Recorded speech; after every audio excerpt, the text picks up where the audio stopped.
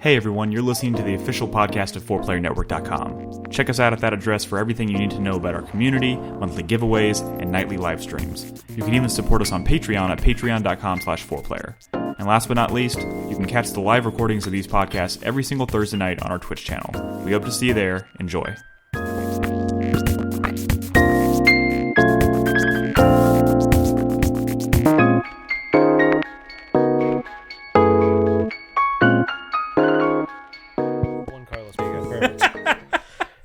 Four and 3/4 inches. That's still 4 Carlos penises. This is a great sound. Oh, for fuck's sake, Nick, just go. Okay, welcome to the show, everybody. Welcome to 4Player Podcast. This is episode 570. My name is Nick Henderson. I am joined today by Brad Simons. I'm Spider-Man. Nolan Hedstrom. How's it going? And Christopher Guthridge. Hello. And this is of course our weekly video game podcast here at 4PlayerNetwork.com. We've got so much good stuff to talk about tonight, including, of course, Spider-Man PS4, which is going to be a big topic of discussion soon. I do want to preface this episode by saying that we will not be spoiling or intentionally spoiling anything during this discussion of Spider-Man tonight, but we will be recording a Spider-Man spoiler cast on Monday night before my stream as part of 4Player Plus. So if you want to hear us talk at length about all the sweet spoiler deets, we will do that on Monday night. That's this coming Monday. Before we get too far, of course, I want to remind everybody that we have a Discord now. If you are into video games and want to be a part of the community, be an active part of the community, head on over to discord.gg/4player and jump in there. We'd love to have you.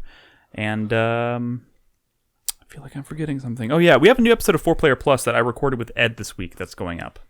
Ed went to PAX West, and he had a shit ton of games that he played. So we talked about that on Monday, and I'm actually going to get that up. Did he play any of the ones that are like...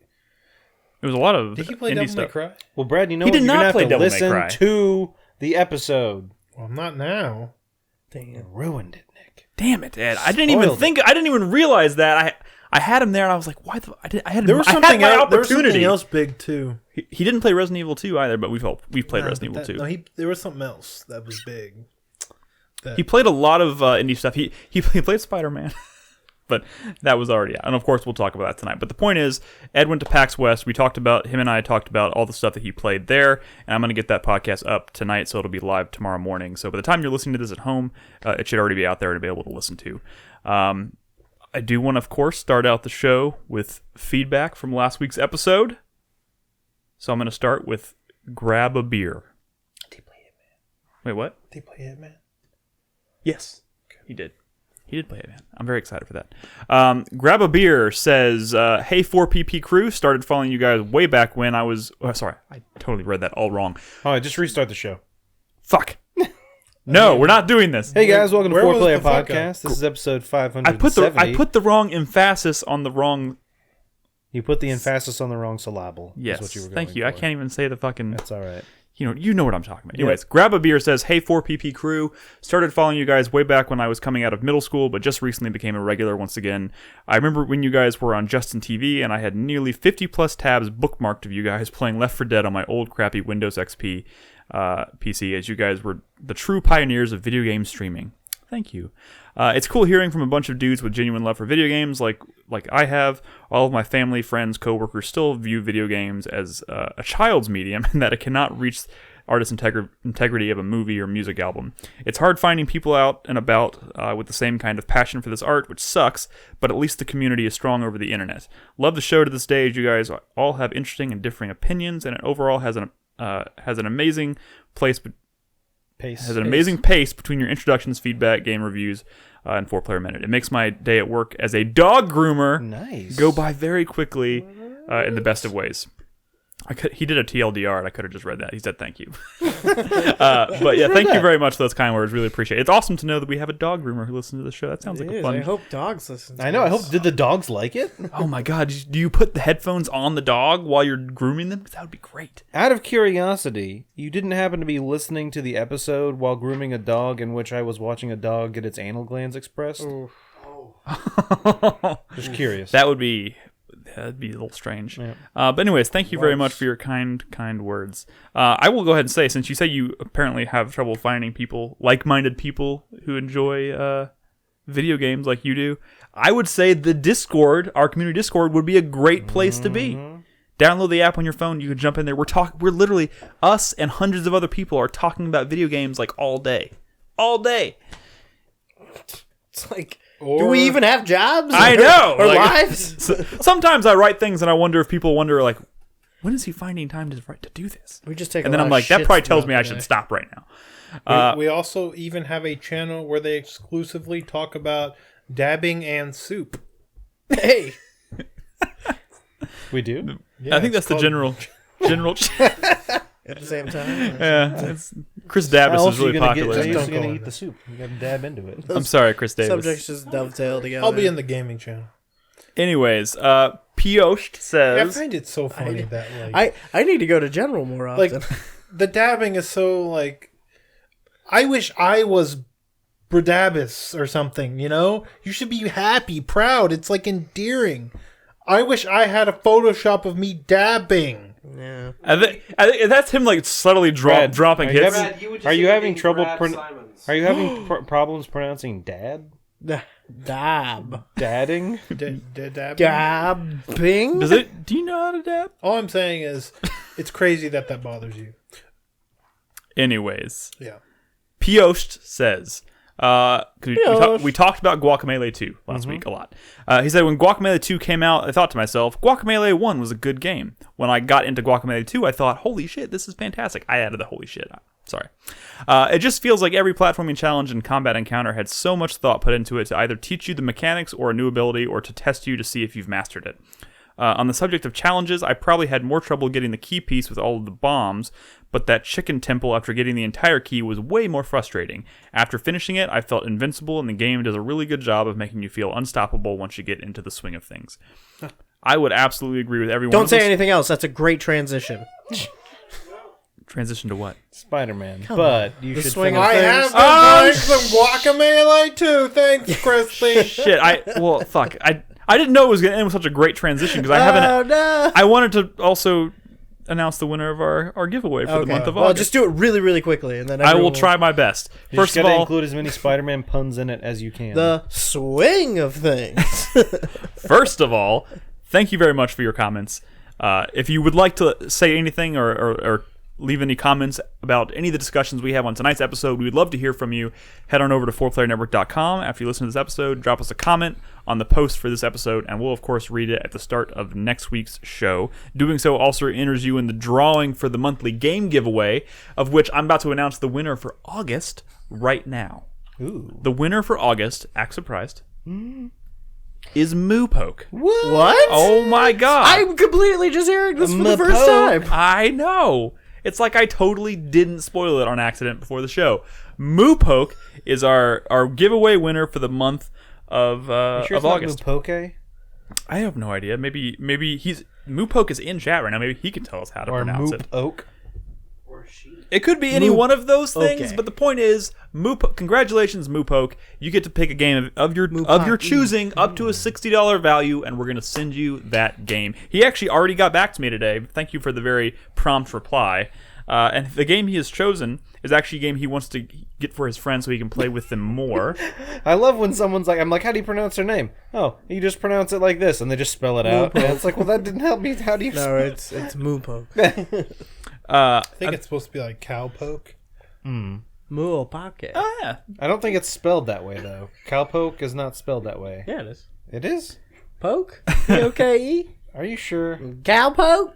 Oh my god. Right? The Well, point, how else would it be Moopoke spelled? chose a game, and I'm going to announce that game right now. Of course, the game he chose is called Unist, and that's an abbreviation for something I can't remember because it's very long and complicated. If you could post that in chat again, I will be guess happy to read it.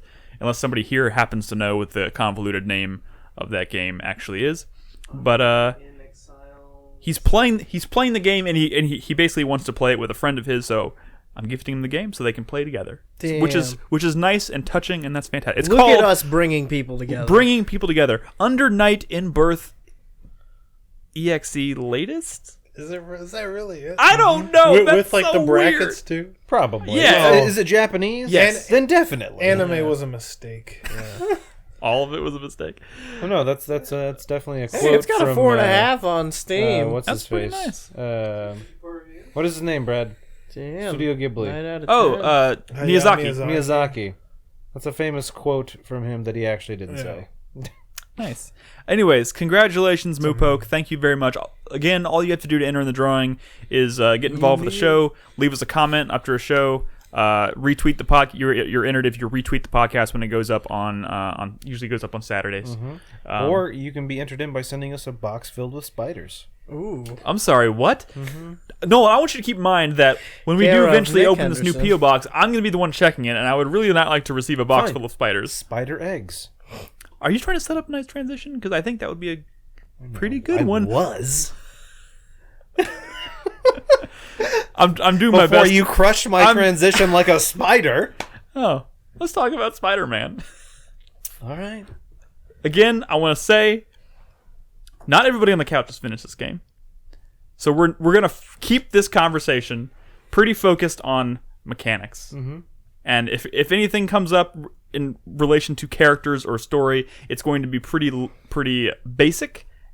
And I don't think we're going to mention anything that hasn't already been revealed in like the game's basic like marketing, right? Yeah. Um, I mean, can we talk about the fact that he has webs? yes, we can talk Okay, about the fact that he just has making webs. sure. Fuck yeah. We can talk. And they don't come out of his hands or wrists. They come out of his butthole. That's weird. Okay, we can go any number of directions with this conversation. Uh-huh. I'm not sure where we want to start. How's everybody enjoying the game? Everybody, so me and Nolan have finished it. Brad and Crispy, Brad's pretty close. Crispy is about halfway or so. Yeah. So, and I think we kind of decided we're going to keep Crispy kind of like as the ceiling for discussion as far as like things we can and can't talk about. I just figured out today the button to make him like wave at people. Chris Davis didn't know it either. So I actually did that at when I played this at E3. Like the guys that were walking around told me how to do it, and I did it, and I completely forgot about it until I was almost at the very end of this game. So I didn't do any of that until the very end. But yeah, you can totally walk down the streets and just tap square, and he'll start like finger pointing at people and like finger guns and like waving at them and that kind of stuff, interacting with people. Can you switch to a suit with lights on it, please? No. It is kind of dark at You night. did choose though, like isn't the it? darkest time to record footage. There's Well, some that's just suits what's with going lights. on in the story. I don't know See, how to progress. I mean, that's the one thing. The day-night cycle is just kind of tied into whatever I story changed suits mission at you're night. on. You actually do get the ability to change the time of day, I believe, in the game Really? at fast travel points. But I can't remember at what point it unlocks that for you. But real Do you want me quick, to say? I could have been Oh. wearing them. I mean, it, no. I mean, if it's spoiler related, I can't. I mean, it's not. Just Oh, stop. sure. You get it when you finish the game. Oh, really? Yes, Okay. that's the kind of like I wish I would have gotten it slightly sooner. Yeah, probably so. Because the thing is, there are certain sequences, some of the events you can do around the world that are not the main story mission and not side missions, just other things that will change the day-night cycle. Yeah. But as soon as you finish those, it it goes changes right it back to what it was. Yeah. And so I almost wish you could still change the day-night cycle whenever, and if maybe there was a story mission that it needed to be a certain time, it would just change it. Yeah, then. I kind of wish you I just don't know, had I a think it's day-night little cycle. silly. How about Yeah. that? That would be interesting. Too. But anyways, real quick, just what's everybody's history with Spider-Man's, the franchise as a Well, video game franchise? From what I understand, he has all the powers of a man and a spider. Yes, I think that's Spider-Man accurate. 2 But is he the good doesn't one. eat the criminals or anything like No, that. he doesn't just- wrap them in webs He just and webs then them suck up. them dry. Right. Just Spider-Man Black 2 Cat. is the good one. But Also, yeah, Spider-Man Insomniac 2 is knew the good that, one. and they studied it a lot. Yeah. Oh no, definitely. Yeah. I mean, Well, so they so said I as think much. all of us are fairly familiar with Spider-Man. I'm sure we've all seen the movie franchise. Yeah, all of the his movie multiples. franchises, Well, all three of them. I didn't sure- watch any of the Andrew Garfield one. Yeah, Oh, you didn't man. miss out on much, I like those. in my opinion. To each his own. I'm sure we're all familiar with probably the '90s cartoon. I didn't really watch that. The Really? landmark animated series. I didn't. I remember I there watched. was a story was it arc where he familiar grew with it? arms. Yeah, but Yes. I watched way more of the Batman animated series. So than actually, Spider-Man. the 90s cartoon series was actually how I got into Regiment in your Spider-Man. time. I wasn't really into comics when I was younger, so that was my Spider-Man growing up. And I don't know if y'all remember, there was actually a MTV CG Spider-Man show where Neil Patrick Harris was Peter Parker. Yeah. I used and to it have was a actually DVD a of pretty that. good show. I had a DVD of that, Yeah. dude. That was like that was right around the time that Marvel started doing the Ultimates, or like maybe a little before that even. And a lot of the Spider-Man stuff that they did in that show ended up in the comics. So like that show's version of Electro got ported over into like the. I mean, you're starting to see that. Like, anytime they do something really like that. I think lately, anytime they do something like really creative or exciting to fans for Spider-Man, I feel like they're starting to kind of adapt that into the comics. Like, I mean, the good thing about comics is they are much more frequent than any other medium. Yeah, and for so sure. it is a lot easier to kind of manipulate them in whatever way you want and Sure. adapt them. And I mean, continuity within arcs is kind of, but you can kind of do whatever. The yeah, fuck you and want, the which thing is too, Yeah. like as far as video games go, Spider-Man has had so many video games in its long history, and the Some number. that I forgot existed. Yeah, like you're talking Edge of Time. Edge of Time. which Who came- remembered that one? I forgot it existed too until someone brought it up. I didn't play that Wow. one, but that one came after Shattered Dimensions, which I did play. Which I is played some of Shattered Dimensions. Shattered. See, the thing is, like, Yeah, they've tried interesting that's- things with this franchise before, Dude, but it's usually at the expense of other. It's at the expense of other things that I think are like key to making a good Spider-Man game. Oh my God, Shattered Dimensions.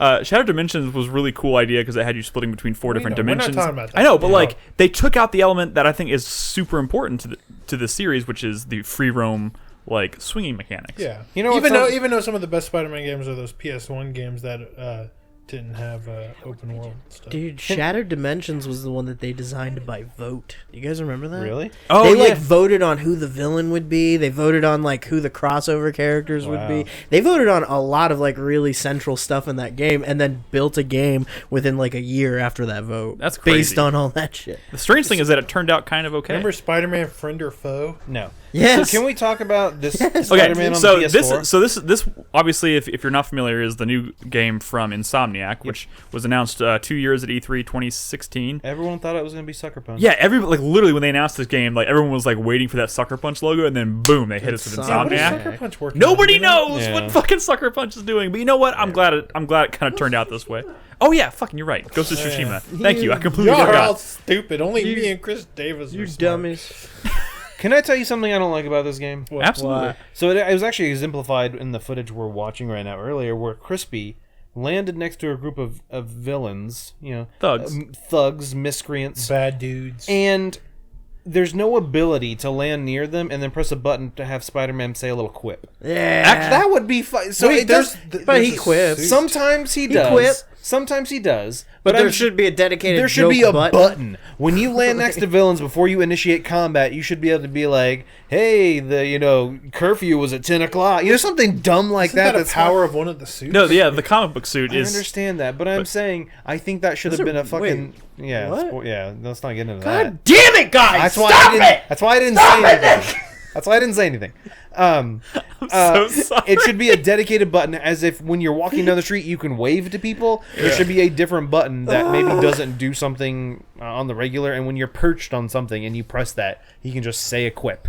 And that would be fucking fantastic. We are really scattered in this conversation. That's why. we That's are. why We do I was. story. I'm sorry. That's why I was Swinging trying to start with talking about the world. history of the series, because what this game actually is It's had a checkered past. it's had a checkered past, and Insomniac's approach to this game was very much to create their own version of the story. So this is everything, every key element of Spider-Man that's in this game is pretty.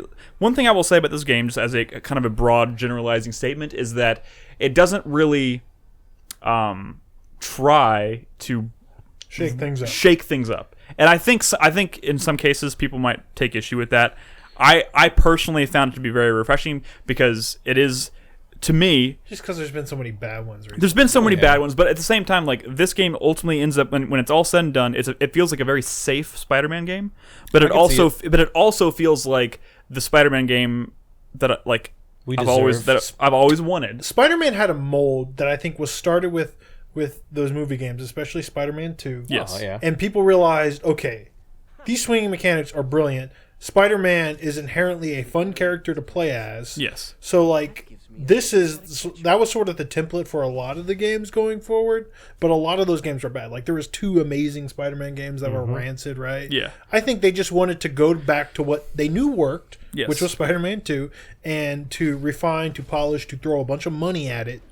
And Yeah, so this was the result. What this ultimately feels like is like Spider-Man 2 if they had like a huge 10 AAA times the budget. budget. Yeah, exactly. And I think that's fantastic. I think and like I said, we're going to do a spoiler cast, so we'll go into more detail about like story and characters and everything on that show. But it seems like this is a very safe game, and they're opening themselves up for a sequel where they take more risks. I fucking hope so, yeah. And I will say it does set up some interesting stuff. Let's save that for the end of this conversation, though, as far as, like, the future. Yeah, for sure. But let's talk about, I think, the important...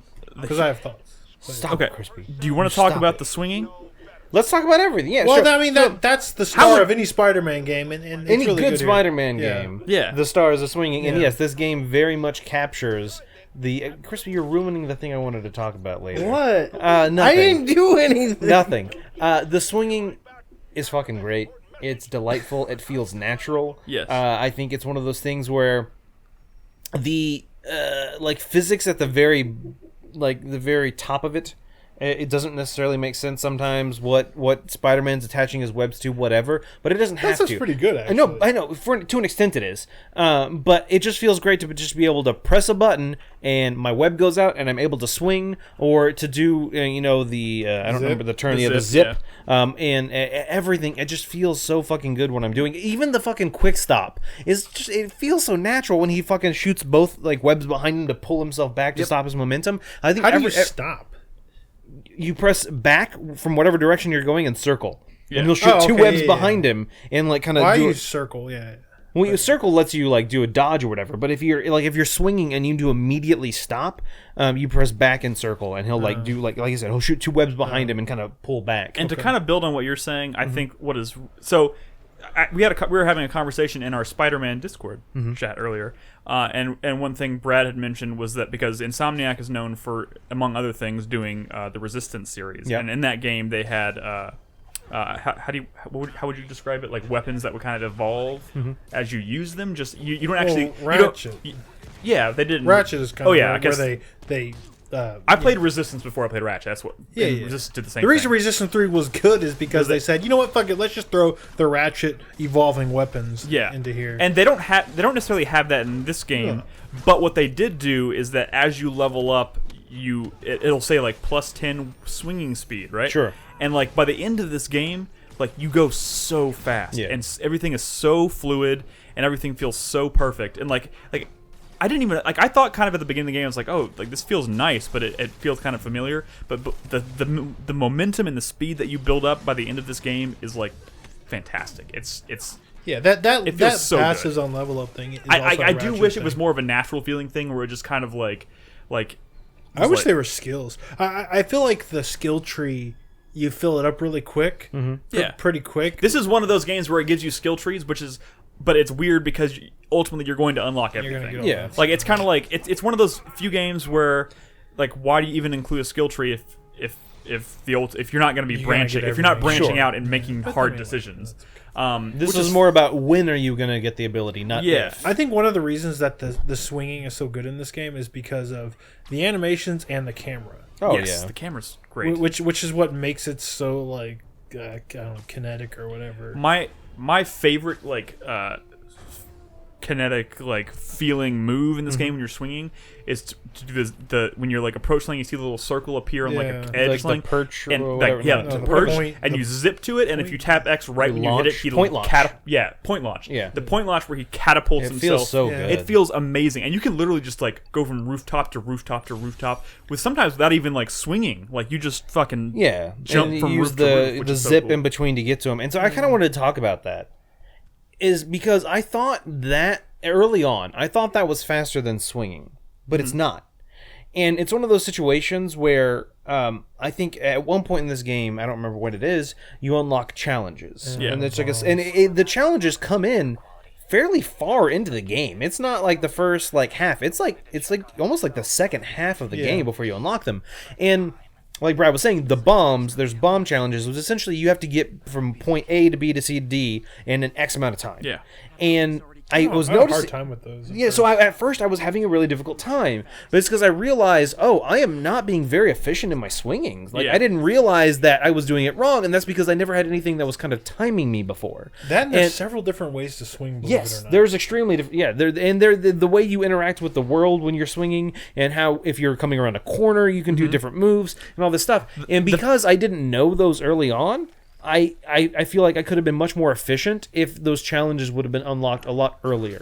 And I could have spent more time, focusing on that. Yeah. And then the rest of the game, I would have been a little more efficient, or a little more. Yeah, exactly. And it's the same thing with combat. There's combat challenges that you have to fucking quickly kill guys, and it wasn't until I started doing those that I realized, man, I've just honestly been pressing triangle and X a lot, or triangle and square a lot. I've been using my skills to the best of my ability. And it's one of those things where they kind of feel like I have this problem even when I play RPGs that, it's a resource, and if I use them, they're gone. Yeah. And it's one of those things, but it's like, but they regenerate so quickly, and it doesn't matter if I fucking use every single one of them. What am I saving them for? Yeah. And so it kind of got to the point where I started using them more, and I realized that the trip mines are fucking amazing in combat. Oh man, those gadgets. No. That's what I'm saying. Every The second, gadgets, just like fucking gadget. You're you trip mine between two guys and they get stuck together, Yeah, or when you're so doing the good. web bomb and one of my hitting them all. favorite. Okay, so you mentioned the I love the trip mine. the trip mine, right? You can because you can attach it to enemies, right? And the impact web. Yeah. So the trip mine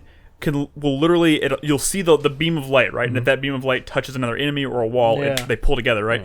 One of my favorite things to do in this game, you throw it on a dude's chest, and then if they're not around a wall or anything, you throw it on their chest, and then you pull the gun out of their hand, and they reach down to pick it up, and when they reach down, they get sucked straight into the ground. It's so good. I guess if we're on combat, I think the combat in this game is really fun. And I don't think combat has ever been really all that fun in the Spider-Man game, but they finally nailed...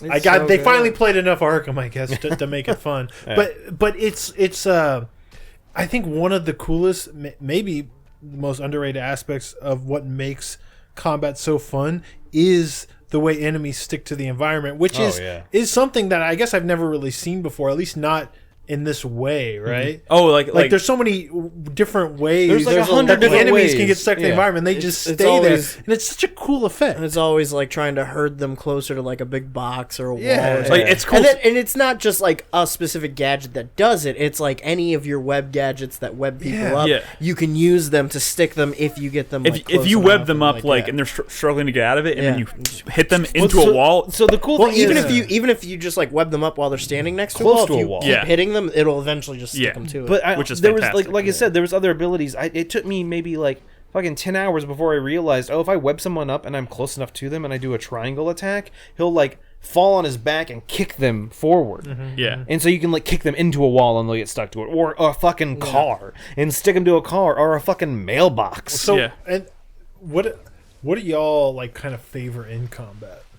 Besides Web Blossom, which is so overpowered. Oh, you mean in terms of gadgets? Oh, I don't. I haven't used many of the suit powers that often. Web Blossom is so. I know overpowered. because it that one's fun. So I was having a lot of fun with and the. it looks so fucking cool. I was having a lot of fun with the punk one where it just shoots it. If you do that on a building and it just throws everybody off the building and you win. You mean you murder everybody? That's why I like the concussion blast or whatever that one is. Dude, I fucking sneak up behind a bunch of guys in the building and do that, and the fucking 8 of them just go flying off the building. Man, that is one thing because we brought up Arkham a lot in discussion with this, and I still think the Arkham games are incredible, with the exception of maybe Origins.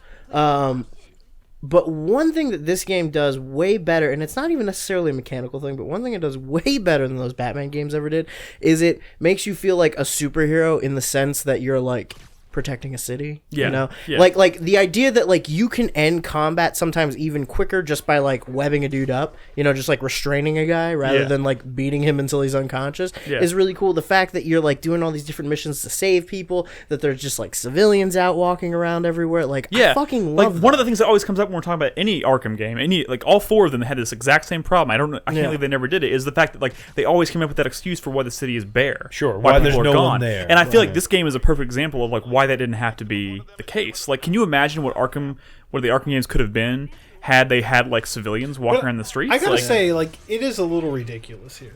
There are crimes on every, like, fucking horrible thugs on every intersection, and people are still walking around. It's like, it doesn't make sense. and that's one thing. It doesn't make sense in comics either. Yeah, and that's one critique I think I would like. It doesn't to see. make sense that there's all these car chases in fucking Manhattan. There should be so much traffic. There's nowhere like- near enough traffic in Everyone's this just game. walking. Yeah. I do think. Yeah, that's right, because everyone's out walking. We've had conversations, and we had specific conversations in Discord the other day about like what we would like to see, like where we like to see them take risks going forward, and we have maybe different opinions on that. But I feel like one of the things that I would like to see them, I would like to see in a sequel, maybe them to rein in the random acts of crime on the streets, and maybe in favor, like I would take a shorter experience if it meant it was in favor of having like some like some set like mini set pieces that are kind of scattered around the city. I would take fewer like set piece missions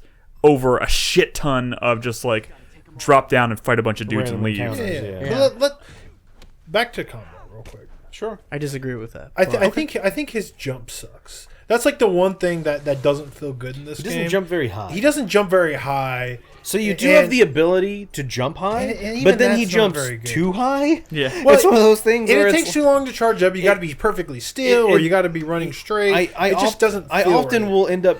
I'll be in a situation. I'm surrounded by a bunch of guys. I'm like, I want to get out of here. Let me jump high. But then before I can get Charge that that jump up. boosted, people are already fucking beating the shit out of me. Yeah. And so I agree with you, Brad. That I do wish that his default jump. It was almost one of those scenarios where tap X to jump, hold X to jump higher. Yeah. Which I is think how that it's would. been in, I think that would some of the other change Spider-Man so games. much in this game, Yeah. giving the ability to just jump more than like the height of a person. just to get off the ground, Yeah. quicker or something, especially in combat, because you get the ability to like kind of pull enemies up into the air. And So it's yeah, like- so that's a good point, Brad. One of the things, and Nick, like you were saying, these random encounters, I think they do a very good job of the point of them is, to an extent, hey, this is your goal for this encounter. Do this. And sometimes it's things I don't do very often, so it forces me to do them and it kind of know them a little more. Now, eventually, there's like 20 random encounters you have to do in each area. That's way too many, because by the time you do the fourth one, you've already done all of like the little mini sub objectives. But like Brad was saying, one of them is like, air combat or air toss enemies. And the problem is, since you're only jumping the height of a person, and if you're not physically doing something, punching or throwing or pulling, you're slowly kind of falling. But since you only jump so high, you're inevitably back on the ground before you can do like 3 or 4 things. Yeah. Versus if you could jump maybe twice that high, you could do so much more while in air. I do want to say, while I agree with all of that, I do feel like everything else kind of built around this is so satisfying and well done that like that rarely becomes a problem. It never hinders the fun. No, really. definitely not. Sure. I mean, I don't mean it as a slight. I just mean it as like, hey, if there's one thing maybe they should be looking at to tweak for the sequel, for 'cause sure. I'm sure they're going to be wanting to look at things to Absolutely. tweak. I think that jump feels a little off. Even the charged one feels a little off. It's felt better in other superhero games I played, for sure. Even other Spider-Man games. Which, there's that debate about Spider-Man 2 swinging versus this game swinging. There's still elements of Spider-Man 2 that I miss. Like in Spider-Man 2, you'd have like web buttons for each hand. Yeah. Which is cool. You have like that slingshot move, which is like the coolest fucking. Oh, isn't that where you would Spider-Man like move. actually? I forgot about that. Yeah. Yeah, I'm surprised that wasn't in this. And one thing that they had was not only was the charge jumping better in that, but you can do the charge jump off a swing. Like you could charge it while you're swinging and like really get some air. I think they in place of that is what the point launch is kind of supposed to be in this game, even though it's not the same. Yeah. I think that's kind of what they were going for in this game.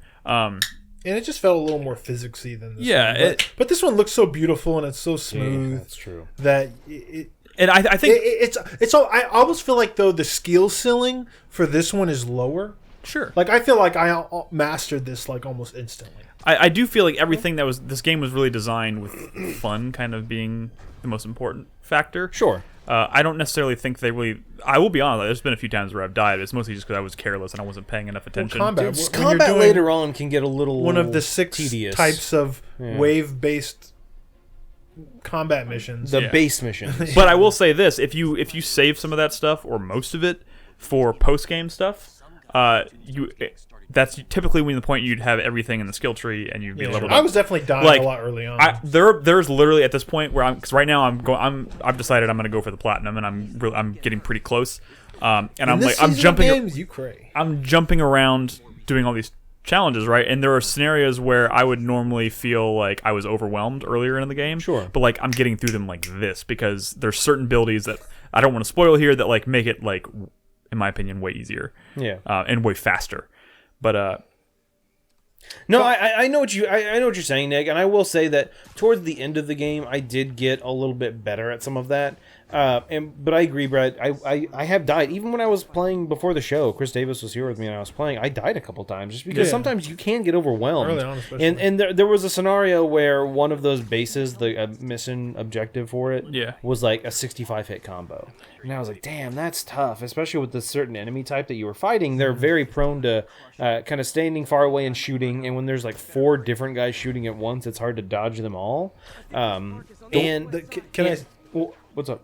There's the one enemy type that pulls you to the ground is such a cool idea. It is. But yeah, and there, Yes. I guess that was pretty late. Yeah, it is. What Brad's talking about is very late. sorry, Crispy. But no, so what I was saying was in that combat, I was worried. I'm like, because I wanted to get the objective. I'm in it. Why not get it? It's hard, 65 hits or whatever. And so like wave 1, I ended up getting hit. Wave 2 ended up getting hit. Wave 3 ended up getting hit. Wave 4 ended up getting hit. And in wave 5, I got all the way through wave 5 without getting hit once. But I was only like 40 or 50 maybe. And then wave 6 didn't get hit at all. By the end of I finished the base, I was like 118. I had like fucking almost doubled the thing. But it's because I got, like Nick was saying, I got in a groove. I like kind of figured out what I was doing, and I was like using my gadgets a lot. And I think that ties into another point that I think they did phenomenally well, and I think makes way more sense in this game than maybe it does in something like Batman. Is they nailed the spider sense. Spidey sense, yeah. That shit is so cool.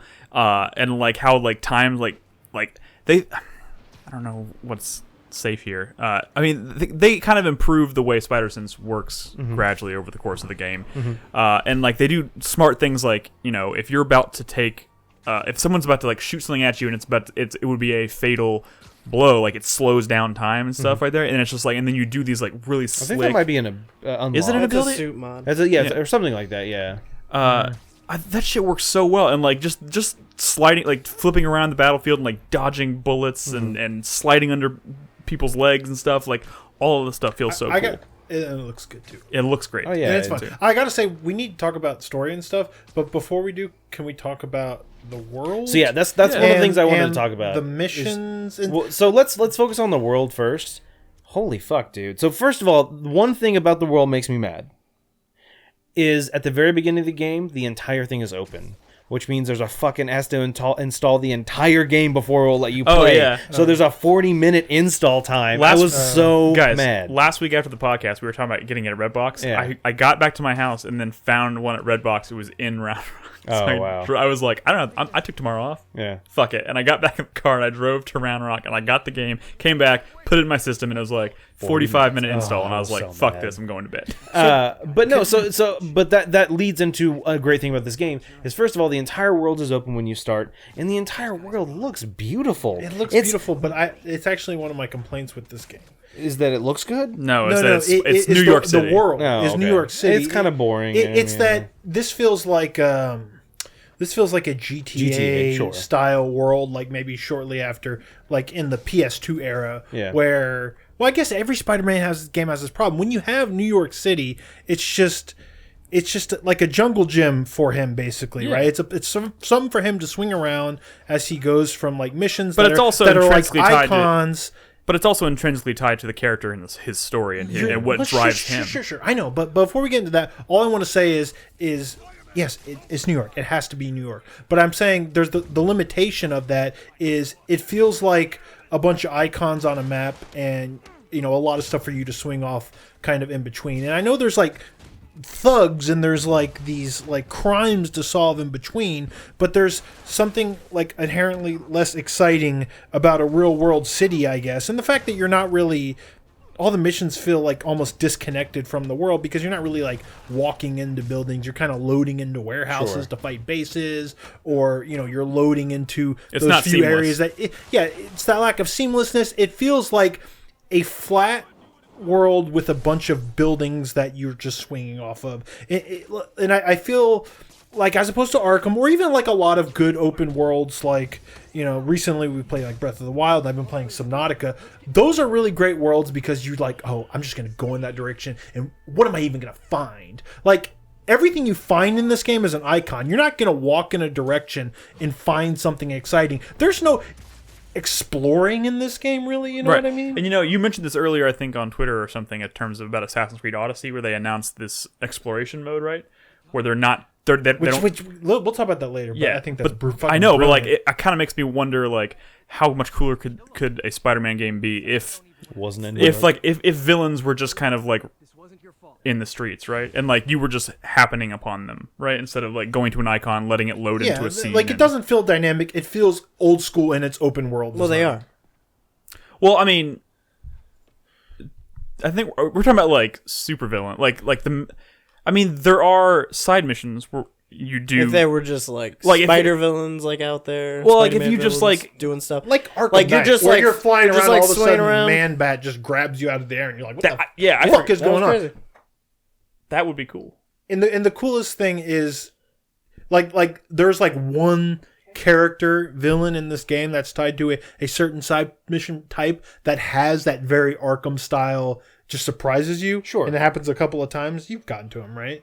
I don't think that may not be the case because I saw it for the first time challenges. last night. You've unlocked challenges? Yeah, he's unlocked challenges. Like that character will do some like surprising things, and it's like that felt so Arkham that it made me really miss that, as opposed to this very old school, just swing to the icon and trigger the thing. And I think that's kind of the natural progression of the series, because this does feel like, while it is a very polished game, it is a very well-made game, and I like it. I honestly love this game to death.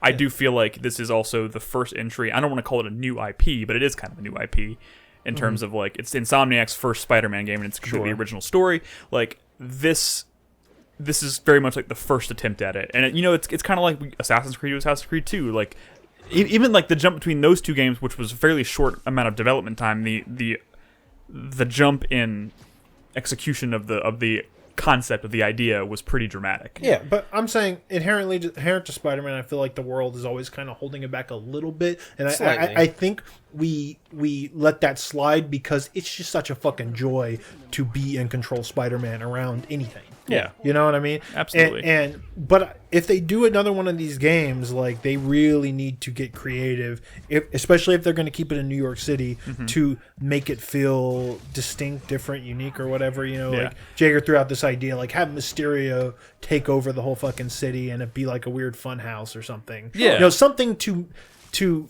give it that, ooh, what is in this direction? I'm just going to swing in this direction and see what I fucking see. I mean, honestly, and have missions be more dynamic as opposed to just icons. Honestly, it's one of those situations where if you don't want him to be in New York, and I understand why they had to, it's the first game from Insomniac, that you want to start him in New York, but you could do something that's so simple as, like, oh, he went to some other XYZ city, whatever you want it to be, Tokyo, because he was helping out the Avengers, and then afterwards he was just hanging out in the city fighting crime. I'll tell you, I mean, if we're taking bets, I'll tell you what it's going to be. Okay, let's go.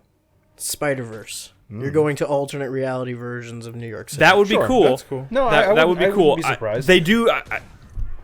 Can we talk about one thing, Brad? I know you don't love the New York City because it's just New York. Whatever. It's just so safe. And that's fine. And we've done it in so many Spider-Man. And I agree with you, and I to that extent. But one thing I loved in this game that I guarantee you we're gonna see so many other games copying is the fucking windows in this game. because holy shit, I know it's all like visual trickery, Yeah. and it's actually, but just the fact that Which Crispy demonstrated so gracefully Correct. a few minutes ago. yes, and that's fine. I don't care. But when you're not fucking pressing your eye to the glass, looking for things, it looks beautiful. The fact that as you're swinging past buildings, you see in almost every room. I gotta be honest with you, I never even looked in a window because I never felt like a reason to just kind of stand around and look at things. It's more of just kind of out of the corner of your eye. You feel like you're swinging feels past real. actual like. The fact that yes, they are literally just flat pieces of whatever with stuff on them that makes it look 3D when you're flying. Is that true? Yes. Yeah. Well, like That's what Crispy was doing. Well, it was actually more of like they have the space behind the window, but it's like a always little the same. box. thing. No, that's what I'm It's saying. like It's a wallpapered room that's wallpapered to make it look 3D, but it's not. So it's not resource heavy. A lot of them are repetitive, but that's fine because, like I said, I'm not staring in the windows. But it's something that when you just happen to glance, I mean, most games in the past have always had either reflective window, it's just shiny, or there's like a curtain or something, so Yeah. you can't see into it, and it's like whatever, blah blah blah. It's just a nice effect to have when you're swinging at very high rates of speed through the city. Like feel like things are flying feels by. more realistic. It feels like it's an actual world instead of a video game where there's like a flat building next to me.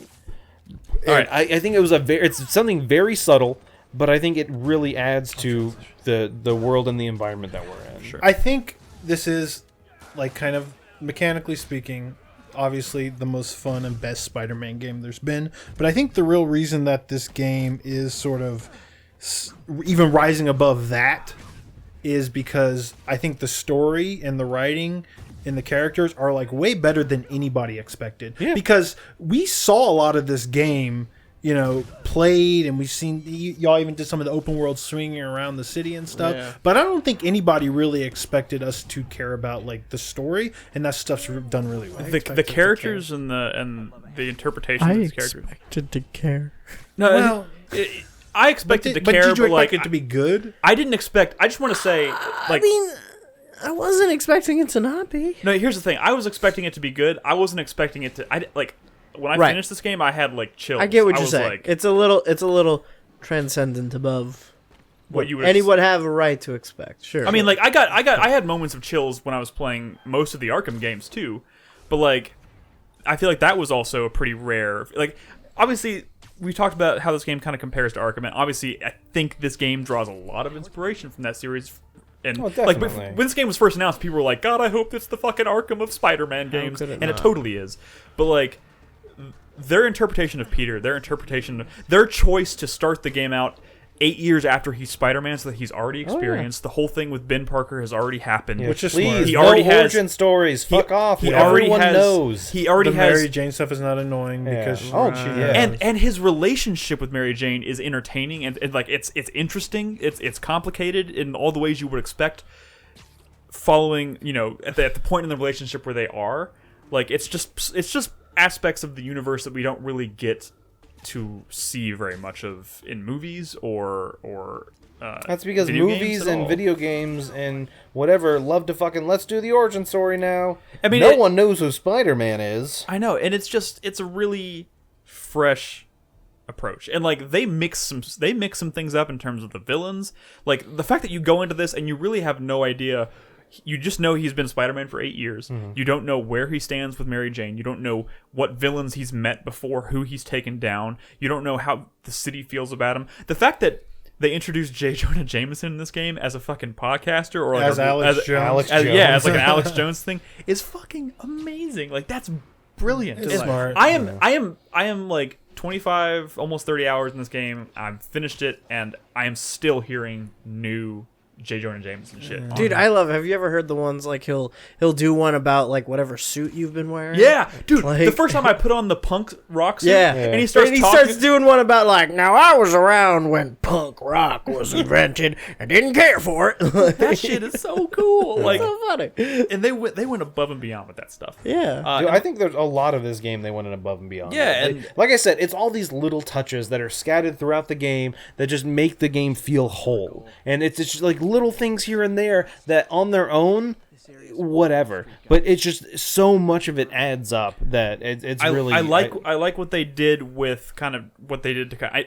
It does feel a little shallow in terms of the mini games they put in this game. Yeah. But like the things they did to kind of try to establish Peter Parker's side of the story and his him being a scientist thing, like that stuff is really cool. Even if I think there's a lot of room to maybe improve and add more variety to it. Science stuff? Yeah, the science stuff. Oh man, one of the most wonderful things you can do after you've done a handful of them and you realize that they're all pretty easy, it's just a little sluggish and time consuming, is in the accessibility options. I did that. It does you have an option to turn on puzzle skip, and you just hit R1, it just does them. It just completes it. Yeah, it just completes it. Because, like Brad said, after you do They're like not hard. 10 of them, But there it's like, are only all right, 10 like- of like I mean No. the ones in the There are some And that in the you story as encounter in well. the story or random like, oh, here's a random encounter where there's like a bomb you have to Yeah. I was defuse. moves it along. I was just referring to the ones that they have you do in the lab. Also, as part you of could the- turn off QuickTime events, and there's like. You mean you can turn off mash square 1,000 times? Well, not just that, but also I know, in like the I story know. sequences, so you can just watch it happen. you could just Yes. watch it happen. It does feel a lot more cinematic. Yeah, it But like I does. said, there's just so many times where the 15th car I stopped speeding away and I had to fucking mash square like crazy because it's actually not very forgiving. Multiple times early on when I was dropped trying to some stop us, cars? yeah, I dropped cars, which because you have to fucking mash fast. And eventually I'm like, you know what? Just turn that shit off, and then he just does it. And I feel more like Spider-Man because Spider-Man should be able to stop a car. Yeah. Also, like I think it's maybe another underrated aspect of it.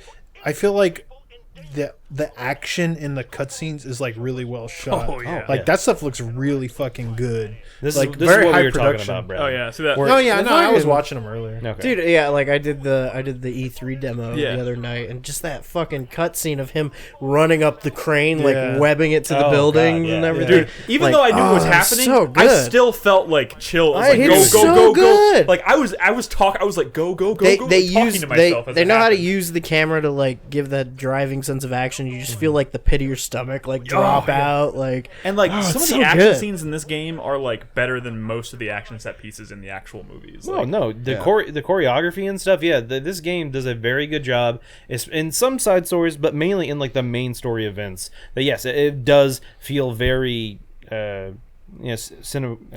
cinematic. I guess is the best way to put it. But I- yeah, it does. Cinematographic. I also There you go. my Perfect. favorite thing about this, and this is I feel the same way about the Arkham games too, is that like if you have any familiarity with the characters or the villains, whatever, like I don't have like an encyclopedia of knowledge on Spider-Man, but like I'm pretty familiar with like a large portion of his rogues gallery, maybe not the more obscure ones, perhaps, but like every time you got kind of a hint of, or I'm always excited to see what their take is going to be Sure. on a villain or a character. And that I felt the same way in Arkham, because like every time you saw a new character in Arkham, it was kind of like, oh shit, that's their version of fucking Killer Croc. Like that's so Yeah. fucking Yeah. cool. Like I But get the it's same still- feeling in this game. I gotta say though, like some of the boss fights with some of those characters feel a little underdeveloped, or over maybe before they even really got started, or I could have used a little more Craven. there's the even like Hunter. a scarecrow analog. I'll shut up. No, don't read into that. That's not what you think it is, Crispy. That is not what you think it is. Scarecrow's in this game. I'm like going back and forth between. I mean, he knows what characters are in the Okay, game because I know there's so much. I know. So Crispy's been kind of quiet, and I think that's probably intentional. Okay, go ahead. I'm just having a lot of fun watching the footage. Yeah, Crispy, you're bad at this. Do No, you? I'm I feel like. Do you have anything you like? I know we're gonna have a spoiler cast. We're I- gonna talk you about know- all and we need to the- talk about other Okay, playable so characters. when we as talk well. about like actual pragmatic details, when we talk about mechanics, when we talk about like level of technical detail in this game, I agree with a lot of what you guys are saying. I agree with a lot of what Brad had to say. That like a lot of the side stuff, I'm getting flashes of like Arkham City. Okay, Yeah. and I feel like if you go back and play Arkham City, you're gonna realize that a lot of those side missions were like really cool at the time, because it was like, for me as a fan of the Batman franchise, like when a new side quest thread would start and it's like, oh, Hush is in the game, Yeah. or something like that. That was really exciting. But if you play through the missions, there's not much to it. Yeah. Like you don't really get anything. A lot of them are teases. Right, you don't get anything from it that you weren't like already doing in the game, and a lot of that is true here too, where it's like, oh, we've got research stations and we've got challenges and we've got bases, but like you're kind of just doing the same three Yeah, things. it's true, but by the time for different Arkham reasons. Knight came out, they kept upping their game with the way they presented that stuff. No, for sure. I think Arkham Knight was way better in that regard than Arkham City. I think that's true here, but as a complete whole, like as a finished product, I think this game is fucking fantastic, and I think it shows a lot of love and a lot of consideration for the source material. And I am still getting moments from this game, kind of like I was getting in Batman, where it was like, man, I can't believe they fucking plucked that character out of thin air. You know, like, I can't believe this person showed up. Like, I can't believe that. Like there was a character that shows up in this game that, like, I've been thinking about for a while, and, like, I couldn't even remember her name, and I was like, oh, I remember in, like, 2009 reading an arc where, like, this character showed up, and I thought that was a cool idea, and, like, I've never heard anything about her again. And then, like, the Spider-Man video game's like, oh, here's a side quest with her. It's like, oh shit, that is fucking cool. Black Cat? I didn't remember Black Cat. I kept getting her confused with Catwoman. Oh, yeah. But God damn it. One For those is listening at clearly home, before better you than the rage, other. that's a joke. but that was a. I mean, there's a lot of thought and consideration and talent put into this game, and I'm like, I'm only like halfway through the story, and everyone's just talking about how fucking amazing it is, and it's been really good so far, but I'm still like on the rising action part. I haven't really gotten to like any huge turns or anything, haven't done the raft yet, so I'm really interested to see how like That the is latter one half thing. of the story goes. So I will say, yeah, when I did the raft, I was like, the game's almost over, right? No, there's like quite a bit after the raft. Yeah. Like the I was raft, I worried- would say, is maybe That's two-thirds. that's the end of an act. But yeah. My biggest fear going into this game, and I think I talked about this during the E3 podcast after we played it, because the E3 demo was like swinging around, and then you could go do the shocker fight at the bank, right? Okay. And I did the shocker fight at the bank, and I wasn't like into the controls yet. I didn't really know what I was doing, and I had a really hard time with it. And then I kind of like walked away from that with the opinion of like, man, being out in the world is really fun. I just hope that like those closed in missions aren't like fucking terrible. Yeah. You know? And I was worried that might be a thing. I don't feel that way anymore. Yep. I think that stuff is all very well handled. especially once you Once have you more get a time to feel used for to the it. combat and like you kind of know how to move about the space more efficiently. That stuff is really good. So this one dodged a lot of bullets for me as far as like things I was worried that would go wrong. Yeah.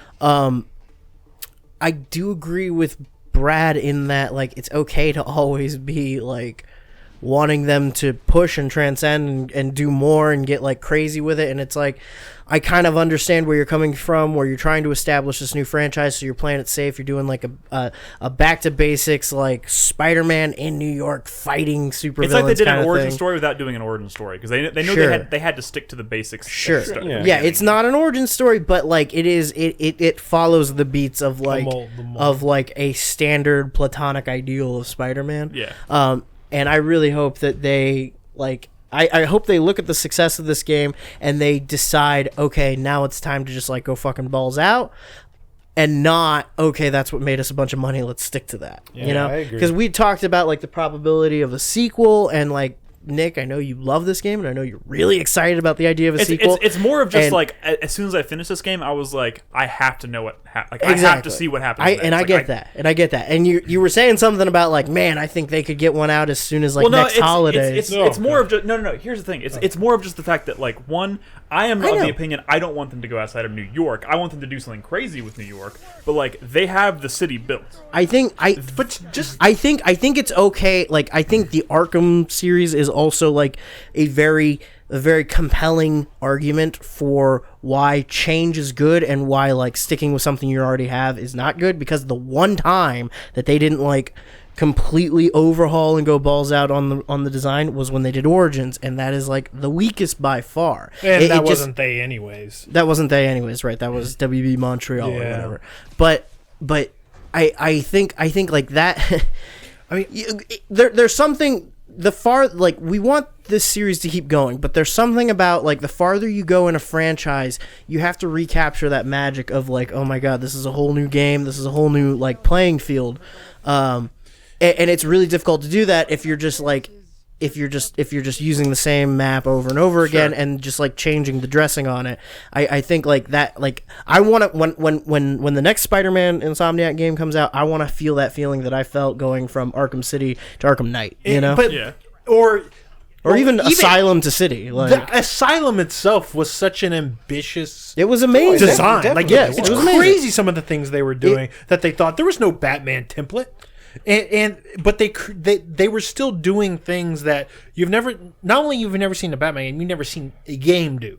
Sure. And to go from such an ambitious design, nailing it in To a the comic next game, one? to City, the shit that they And then doing that they it scaled again up to for, City like, was even like more? insane. No, I completely agree with you. And honestly, my And it's- comments about wanting a sequel to this sooner rather than later is purely from a position know. of like I finished it and was like, I know, and I this isn't also like- trust this Insomniac isn't- a little bit less because Insomniac has a long history, and they have not always like Ratchet and Clank was pretty good overall, but then it started to get kind of stale. Resistance honestly had some ups and downs. I think I think 3 The one nailed thing it the one thing I will say that kind of curbed that expectation is that a lot of those were Sony IPs, a lot of those were Insomniac IPs.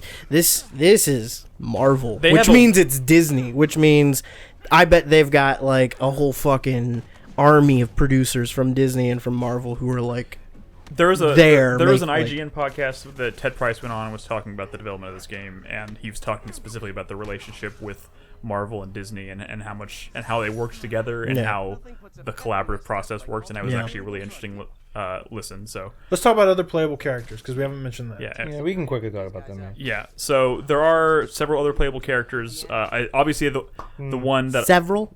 No, there's not several. I'm sorry, there's two. One of them I would say is potentially a spoiler, so I don't want to mention that person's name. But I will say you do see, obviously, in marketing that like you do several missions as Mary Jane, and those missions are primarily meant to serve the progression of the story and kind of break up the action. And to be honest, like while I do think they are kind of they're definitely nowhere near as exciting or entertaining as like being Spider-Man swimming in the city. That's an They do. understatement.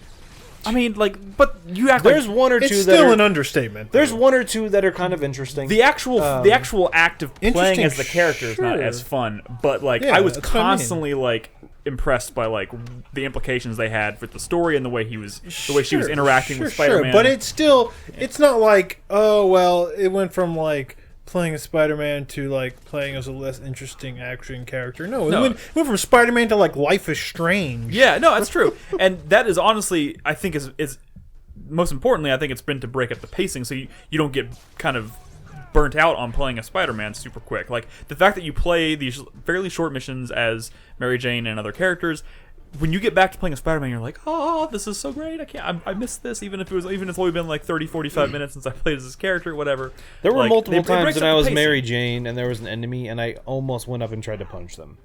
Just because I'm like, oh, that's what you do. You go up and punch people. Yeah. But I'm like, oh, wait, I forgot. It's like a stealth sequence. Luckily, I'm not while supposed to. the gameplay sequences there are kind of drab, the story always keeps them interesting. I felt the same way every time I was doing one of these sequences where it was just like, listen, these stealth mechanics, this stuff is not like really that solid here. Yeah. It was like, I'm going to power through this as fast as I can. If I get caught, that's fine. I'm just going to go. Just kind of because I want to either Get back to being Spider-Man. or not just get back to being Spider-Man, but get to the point of this whole fucking sequence of which, maybe it does culminate in some interesting story stuff, some But I will investigation say this, stuff, too, But like- it's like the actual part of sneaking around is not really fun or interesting, and not much story's happening Well, there. the thing is, like, there are lots of things to find that are like Easter eggs, like Spider-Man, Marvel Easter eggs in those missions. Okay, that wow. you can actually find by exploring, and I would recommend spending the time to do so. And some of them are even like foreshadowing things that are not necessarily Easter eggs, but you find something, you're like, oh, that's definitely like suggesting something might happen, and like that stuff is, in my opinion, is really fun and worthwhile. Yeah. I think I think you're talking about some of the later stuff. No, actually, the one I'm thinking of specifically with that is one of the first ones you do is Mary Jane, where you're in the art house, Okay. sneaking around. There are, if you look at all the paintings and stuff, there's allusions to a character I know what in the you're talking game, about. and you may not necessarily realize it if you haven't been paying super close I attention got to the marketing. I got you. And that stuff's really interesting and fun to find. But Yeah, like, I mean that stuff's cool in like a comic book game. but Nolan's right. They do mix up some of those missions later on. Like the last one you do as Mary Jane is pretty fun. Actually, the last one two you do as Mary Jane. Yeah, are I really actually fun. did like the last couple as Mary Jane. I Brad like the- Brad hasn't gotten to the No, I yet, so he have. I've doesn't. done all of the Mary Jane stuff. including the last one. Oh yeah, based on what he just did, yeah. Okay, I don't know where Brad's at. I thought he was earlier. No, I'm literally. It's He's go about fight the final boss. Oh, okay.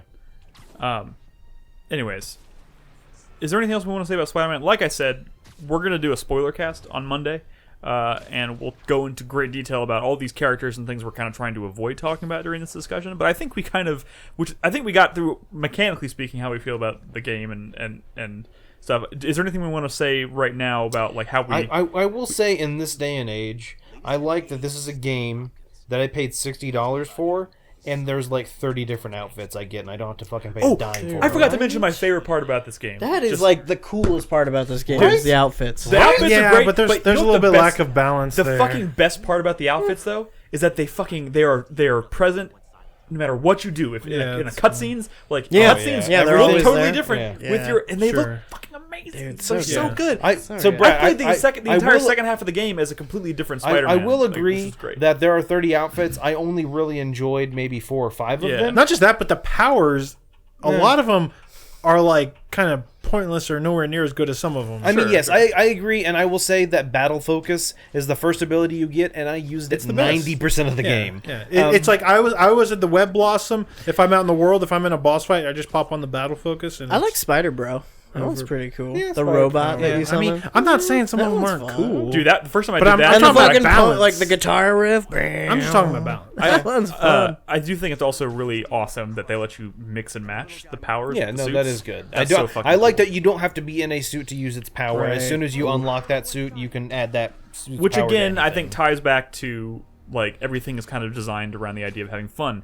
It's fun to play to like mix up the costumes. It's fun to mix up the powers. They're like, why would we chain a power to a certain suit? Just let them pick and choose what they want to use. Sure. And that's amazing. I think more games could learn from that. But anyways, let's go ahead and fucking wrap it up hype. here with Spider-Man. I think this game is incredible. I hope everybody goes out and plays it. And like I said, if you've played it, tune in on Monday night. We're gonna do an episode of 4Player Plus, and we'll go into all the juicy like story details that we didn't really get a chance to talk about here.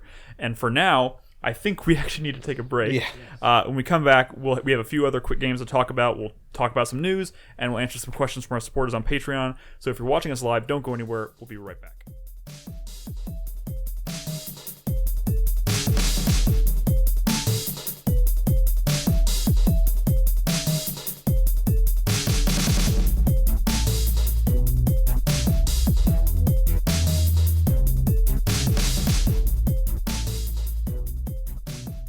I will say, it's well done, but it doesn't have the sort of like narrative ambition that the Batman games do. Like, think about the stuff they were doing with the Joker and Knight. Like, sure. nothing comes close to that Okay, here. you're right. You're right. There's some pretty surprising Because stuff they towards the went end. batshit crazy. Oh. Okay, Batman. Shit. But like, yeah, the shit they were doing to put him in the world Nick and like Spencer, the surprising okay. stuff, like that, and I mean, that stuff's fucking. Why do people hate Knight? People No, are so stupid. That game is so fucking They amazing. hate it because of the Batmobile, which is But like that's fucking that's so kind good, of unjustified how much they hate it. dude. I love the Batmobile, man. Yeah, I love that don't- game. Yeah, I don't get people. I like, might be willing to say that Arkham Knight's my favorite in the series. It might be. I like them all. It's hard for me Yeah. to pick out my favorite. I like them all.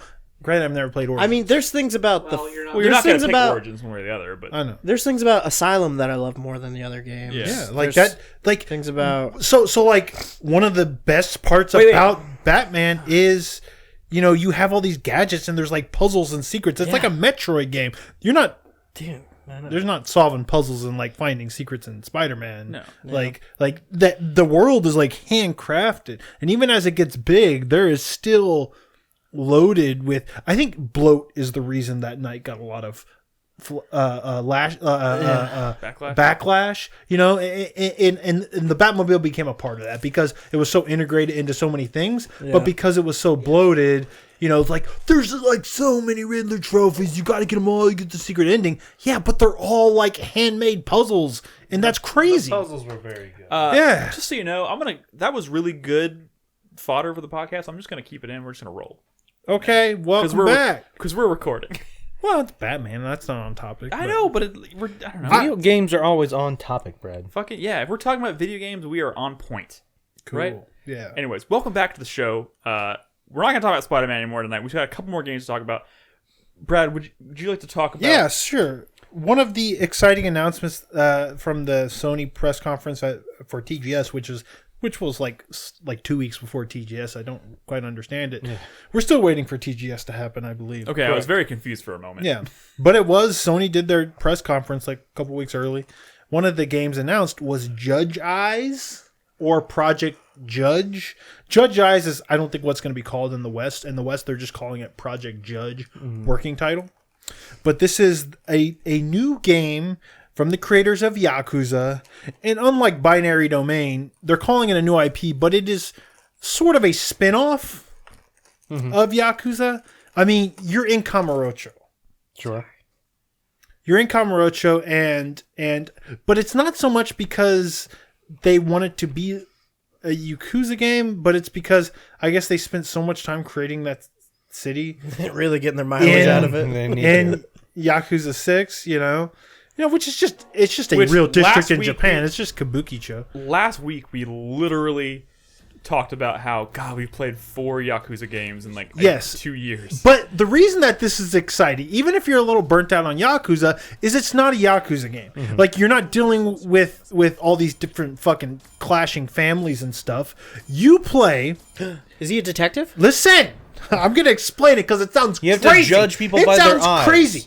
You used to be a lawyer. You used to be a lawyer. You're kind of still a lawyer. You were a lawyer who got a guy off. You're a defense attorney. Got some guy off. The obvious joke.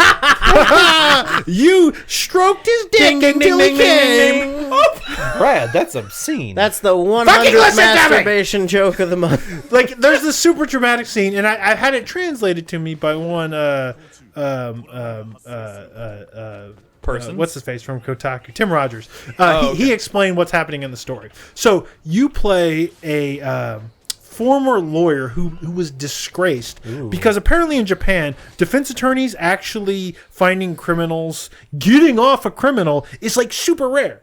Like, the conviction rate of a criminal in like court is like 99%. Wow. Apparently. So that's because they have a big judge on a podium. Like, yeah. Wait, I don't know. But objection. Defense attorneys are almost like jokes because getting a criminal off doesn't really happen. Wait. But he famously got this criminal. True? I mean, Tim Rogers kind of explained. So, like, it if as a being kinda case true. goes to court, it's almost guaranteed that the person's going to be convicted? I don't know. Let's say it is in this world. Okay, sure. Okay? So, but he famously got this guy off, right? Semen all over his face, right? God damn it. He got this guy off, but but that guy, after he was released, he later killed again. So he was just a disgraced lawyer. He had to retire. He had to basically sink into the shadows because this guy killed again, right? Which is unheard of, especially in Japan, where, there's not a lot of murder anyways, right? So now, like years later, he's become sort of a PI. But I think he can still practice law. I mean, there's one point in the demo where he flashes his badge. Don't you mean Judge Eye?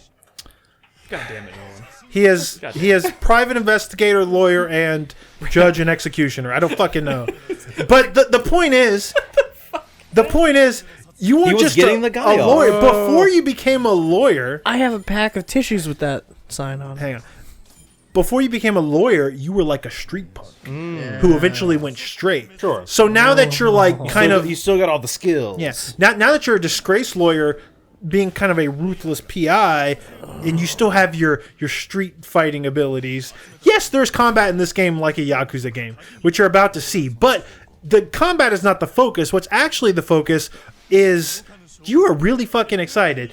Dude, it looks cool. Yeah. Is like investigating crimes. Some of these are Yakuza crimes, but you're like following people. Like, oh, this person is cheating on his wife. Dude, right? yeah, he was like he got more money. Like the better shot he got of them. Like is cheating. right. Like, so there's a that's lot so of like, cool. There's a lot of telling. There's a lot of chasing people down. There's a lot of taking pictures. A lot of getting. And there is off. fighting because of his past, where he was a street punk. Sure. And honestly, and I played through the demo. The combat is actually even What the fuck? The combat is even faster and like crazier. He's even more of a kung fu artist than Kiryu is. Okay. It's crazy. He has different fighting styles. He's like flipping around. It's like a little bit faster paced than a Yakuza game. If you run towards an enemy, you automatically just like vault over and like flip over them and stuff. He's like an acrobat, lawyer, Dude. former punk, private investigator. This trailer started so grounded and ended like No, it's crazy. so bombastic. It's crazy, but Oh it's my exciting God. that they're telling a story in this universe, and it's not going to be like this family and this patriarch and this Another fucking crime epic. It becomes the Yakuza games are not only hard to follow, but it's like never-ending. Like There's like, constant plot like twists and titles flashing on the screen. Yeah, you're constantly meeting endless new people. characters. Yeah. This seems like a smaller, more focused story that is going to be like I've heard it described as, Well, it as a also Japanese drama. It also kind of seems like you seem to care a little less about a bunch of these people you're interacting with. Yes, there's a guy who you're trying to maybe investigate a little bit, but it's I like I said, I don't know too much about the game. But as soon as the case is closed, all right, move on to the next one, kind of type deal. Instead of like caring about this character you're interacting with and having them show up at the beginning and then pop up at the end, like, oh, remember this guy, and it's like, oh, Which not really. I'm sure like, we're still going to see some like twists and turns I'm with sure some of the we characters, will. but like so I did this chase in the demo as well.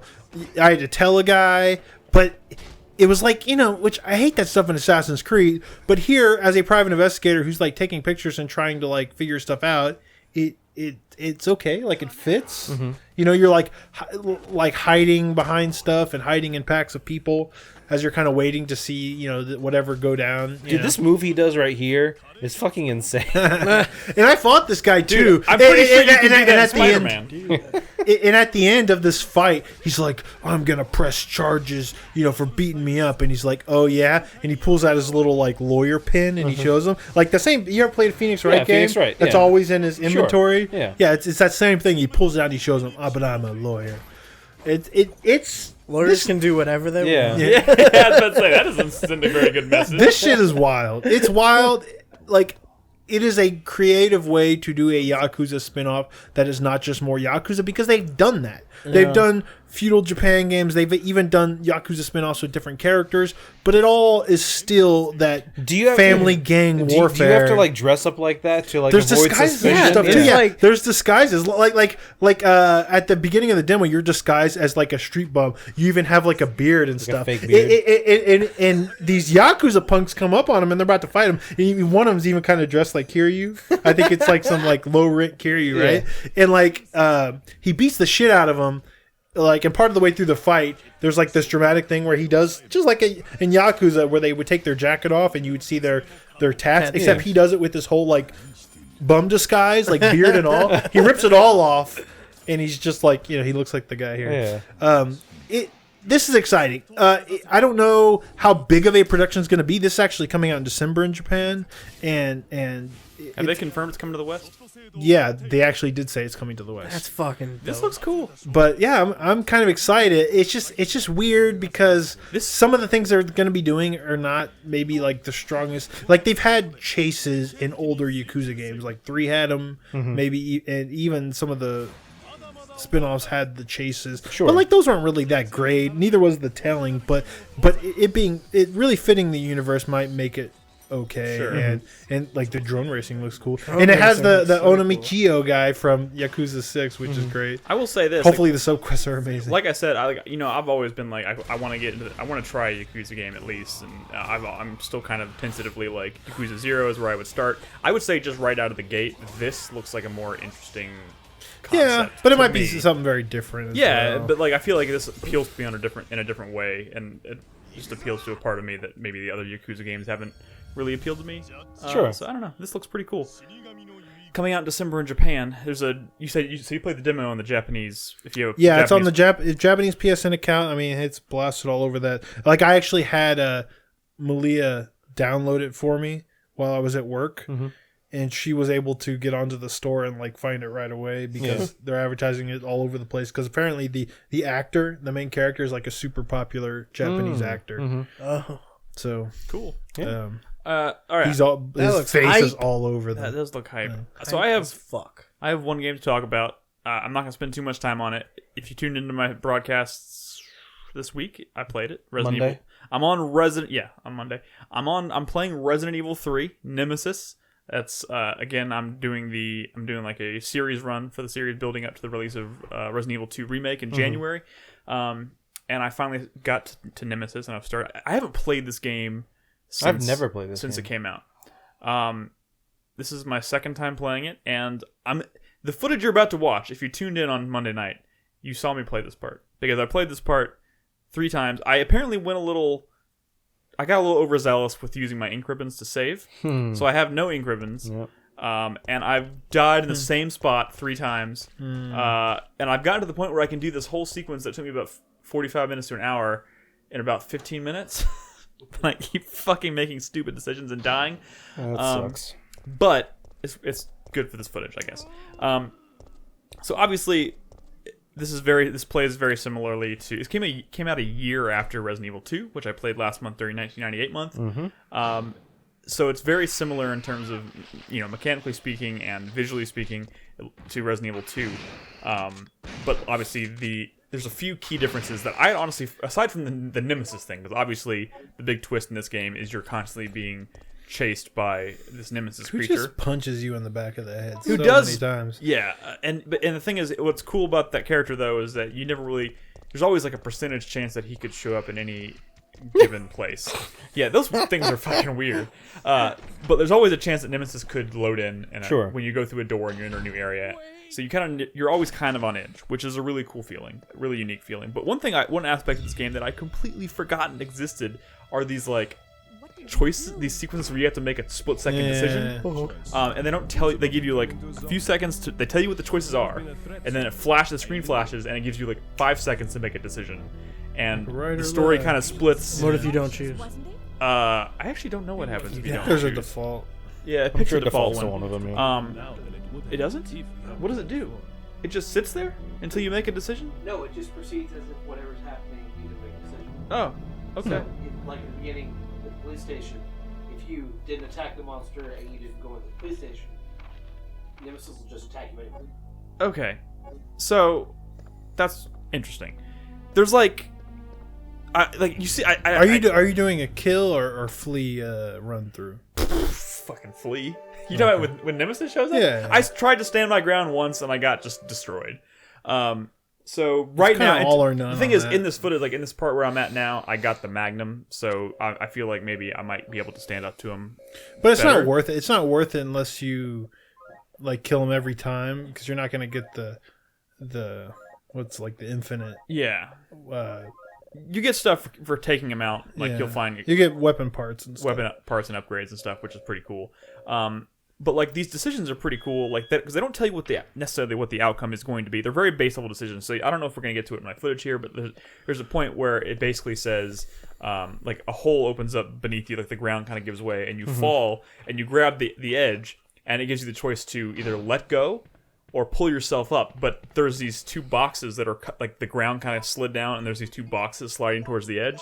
So if you sit there, the box is going to hit you and knock you into the ground.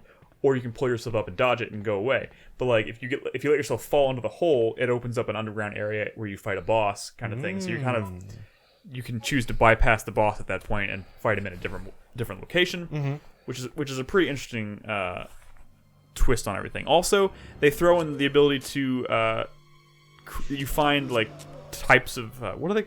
It's like powder, gunpowder, right? Find like gunpowder A, B, and C, and you can mix them and match them, and then turn them into ammunition. So you basically craft your own ammo in this game, which is a pretty cool feature as well.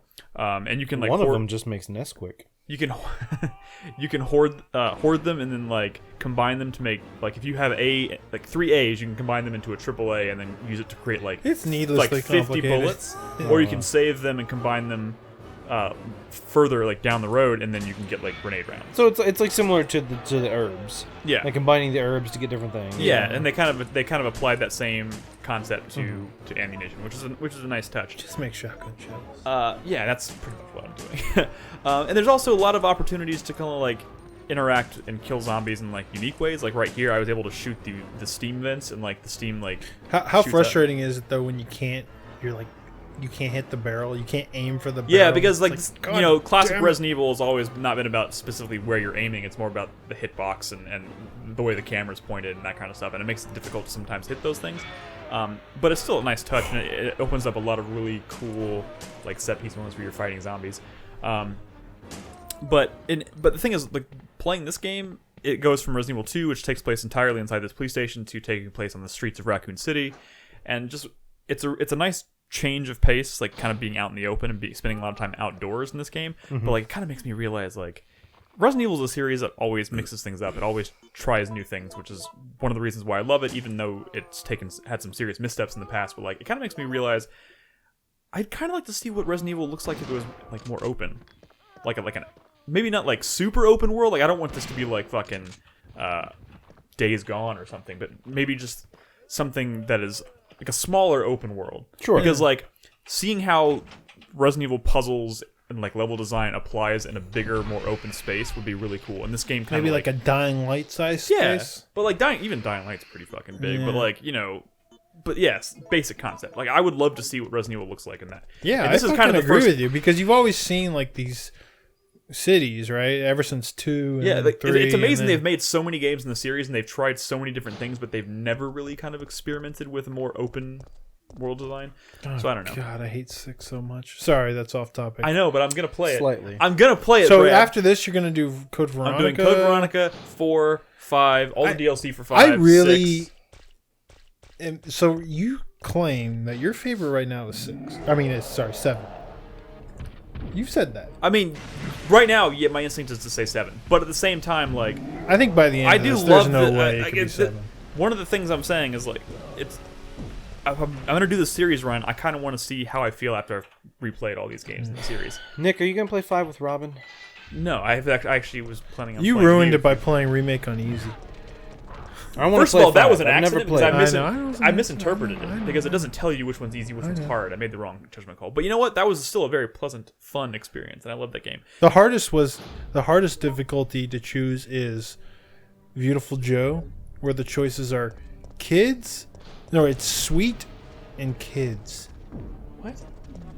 That's an interesting combination of Yeah, words there. it's like, so is sweet the hard? They're both fucking hard. Like Beautiful Joe is just a really hard game, but I think that's Beautiful Joe. That's sweet and kids. By the way, you say that I claim 7's my favorite. Yeah. Historically speaking, until I played 7, my de facto answer has always been Resident Evil Remake is my favorite. Yeah. And I still kind of feel like that's probably still the case. Resident Evil 7 is just the first game since that has given me has made me seriously reconsider maybe which one is my favorite. So I'm hoping that after I do the series run, I kind of have an opportunity to think about it and figure out which one is actually my favorite. The point is, I'm having a really fun time playing through all these. Did you see one way or the that other. fucking thing I tweeted at you the other day? I had no idea, but Resident Evil 4 in Japan. Here's and the decision, by the the way. Japanese version of Resident Yeah. Evil 4. They modded it so you could like play it with. No. Wait, what do you? When it was originally released, the Ashley stuff was classic Resident Evil camera angle. It wasn't that way in the West.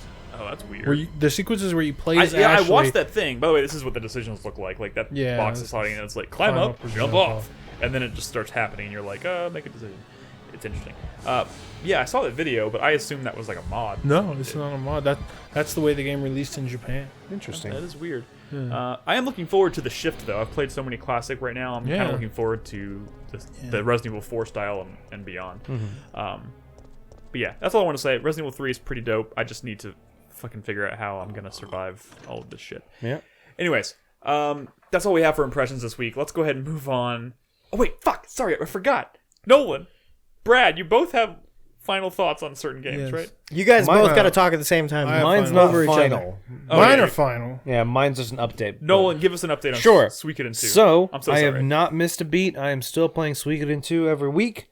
The main reason I played it this week was because I was kind of farther into Spider-Man. I didn't want to do too many spoilery kind of type stuff. Yeah. I wanted to kind of play something that... You mean on the feed? Correct. Yeah, I didn't want to play... I was kind of late game. And I know people kind of worry about spoilers, so I was like, you know what? Let me play Spider-Man for a little bit. I just did some non-spoilery stuff, and I was like, you know what? Let's jump back into Suikoden. And honestly, Suikoden was like 2/3 of my stream. I finally got my castle. There we go. So I'm finally there. I have it. I'm now recruiting people into my army for my resistance. Still enjoying the shit out of it. But the thing is, I just don't really know what's going to happen now, because it's just what, like, the story beats. I don't know where they're going. The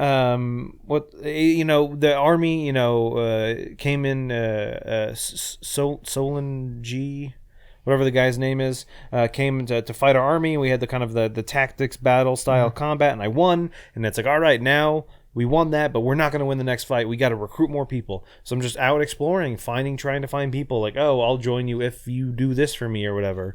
And I'm still just enjoying the shit out of it. It's one of those things where, but it's getting tough already. And I know there's 108 people, and I'm already having a tough time with like the fucking 14 that I have deciding who I want to take into combat. Yeah. It's like, I want to take all of them. It's only gonna get worse. Yeah, It's I know. cool.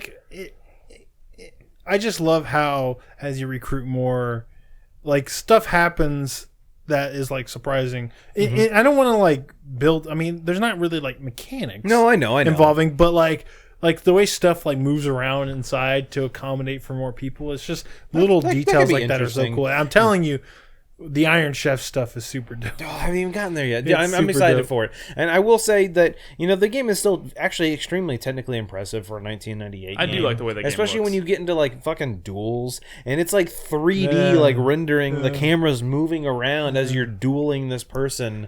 And the fact that, there are so many different unique unite abilities and stuff that you can do in combat. And how that changes the actual unite ability, how it works and stuff. Yeah. I don't know. Like I said, I'm gonna keep with it. I'm enjoying it. Sweet. So I'm gonna keep going. Good to hear. Brad, you have your final thoughts on God of War, right? Yeah, you finished yeah. it? Oh, so you did finish. I did finish. That's one of the reasons I didn't finish Spider-Man is because I decided to take a Spidey break and finish off God of War, which is. I like that game. So I will say, but- I know you weren't. I don't say you weren't feeling it, but you were having some struggles kind of lately with it. Lately? Well, yeah, the last time we talked about it, you were kind of like, you weren't 100%. You weren't high on the game. You were just mediocre on the game. I am high on the game. And I do wanted really to- like the game. After finishing it, where are you at? Like how'd you like the ending? Okay.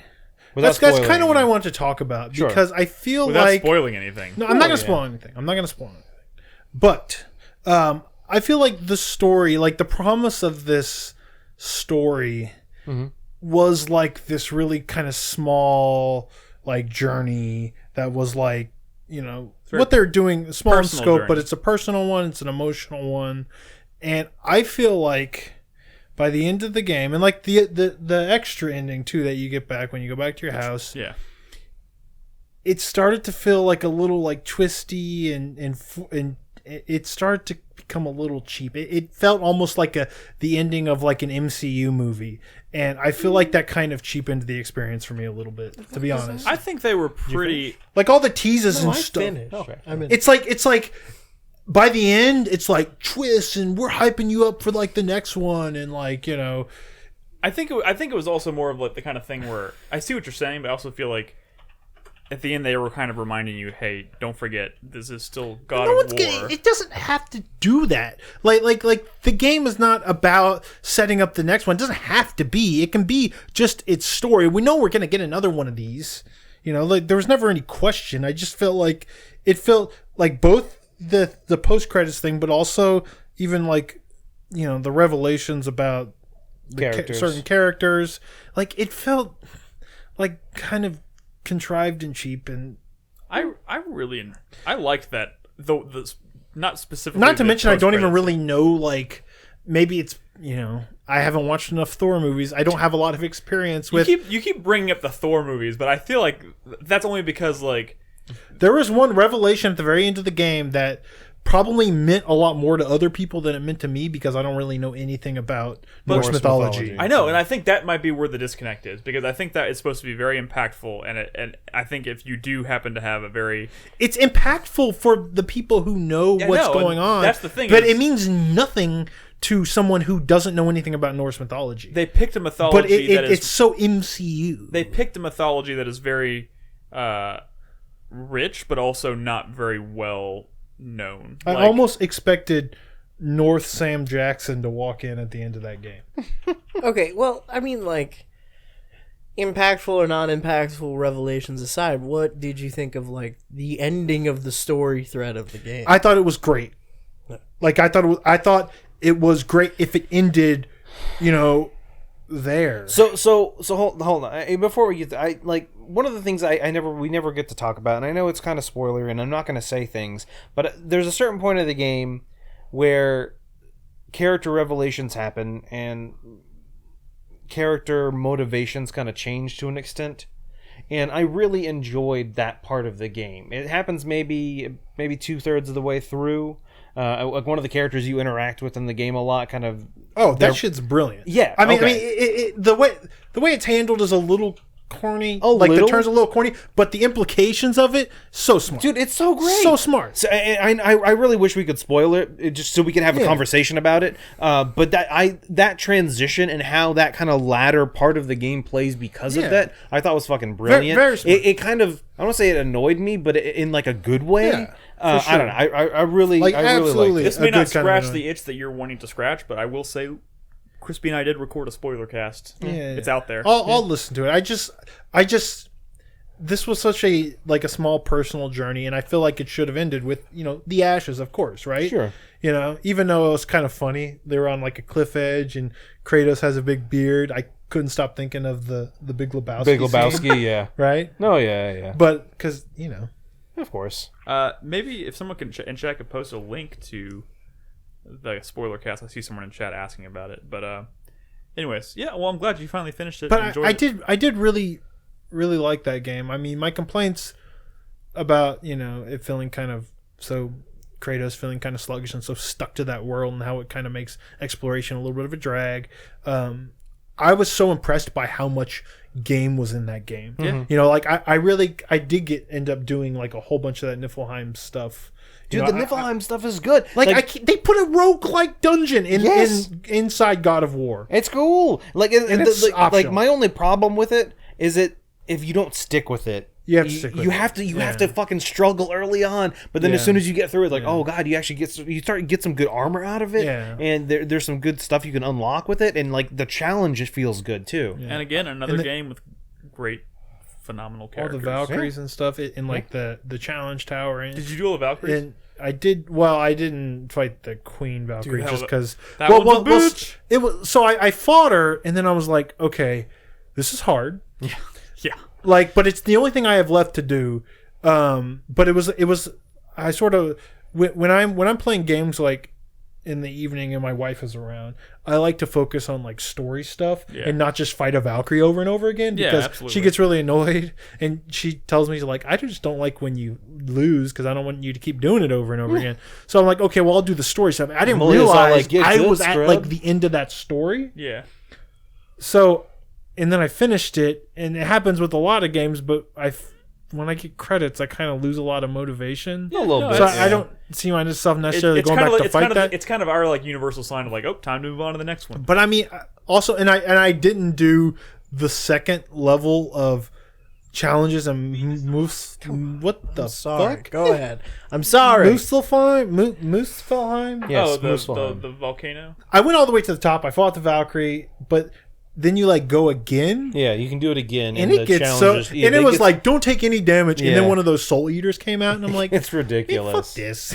Yeah. So, anyways, we need to move on. But I'm glad you finished it up and enjoyed it. Yeah. All right, so let's kind of breeze through the news. There are some. We kind of already covered Judge Eyes, so we don't need to really bring that up. Yeah.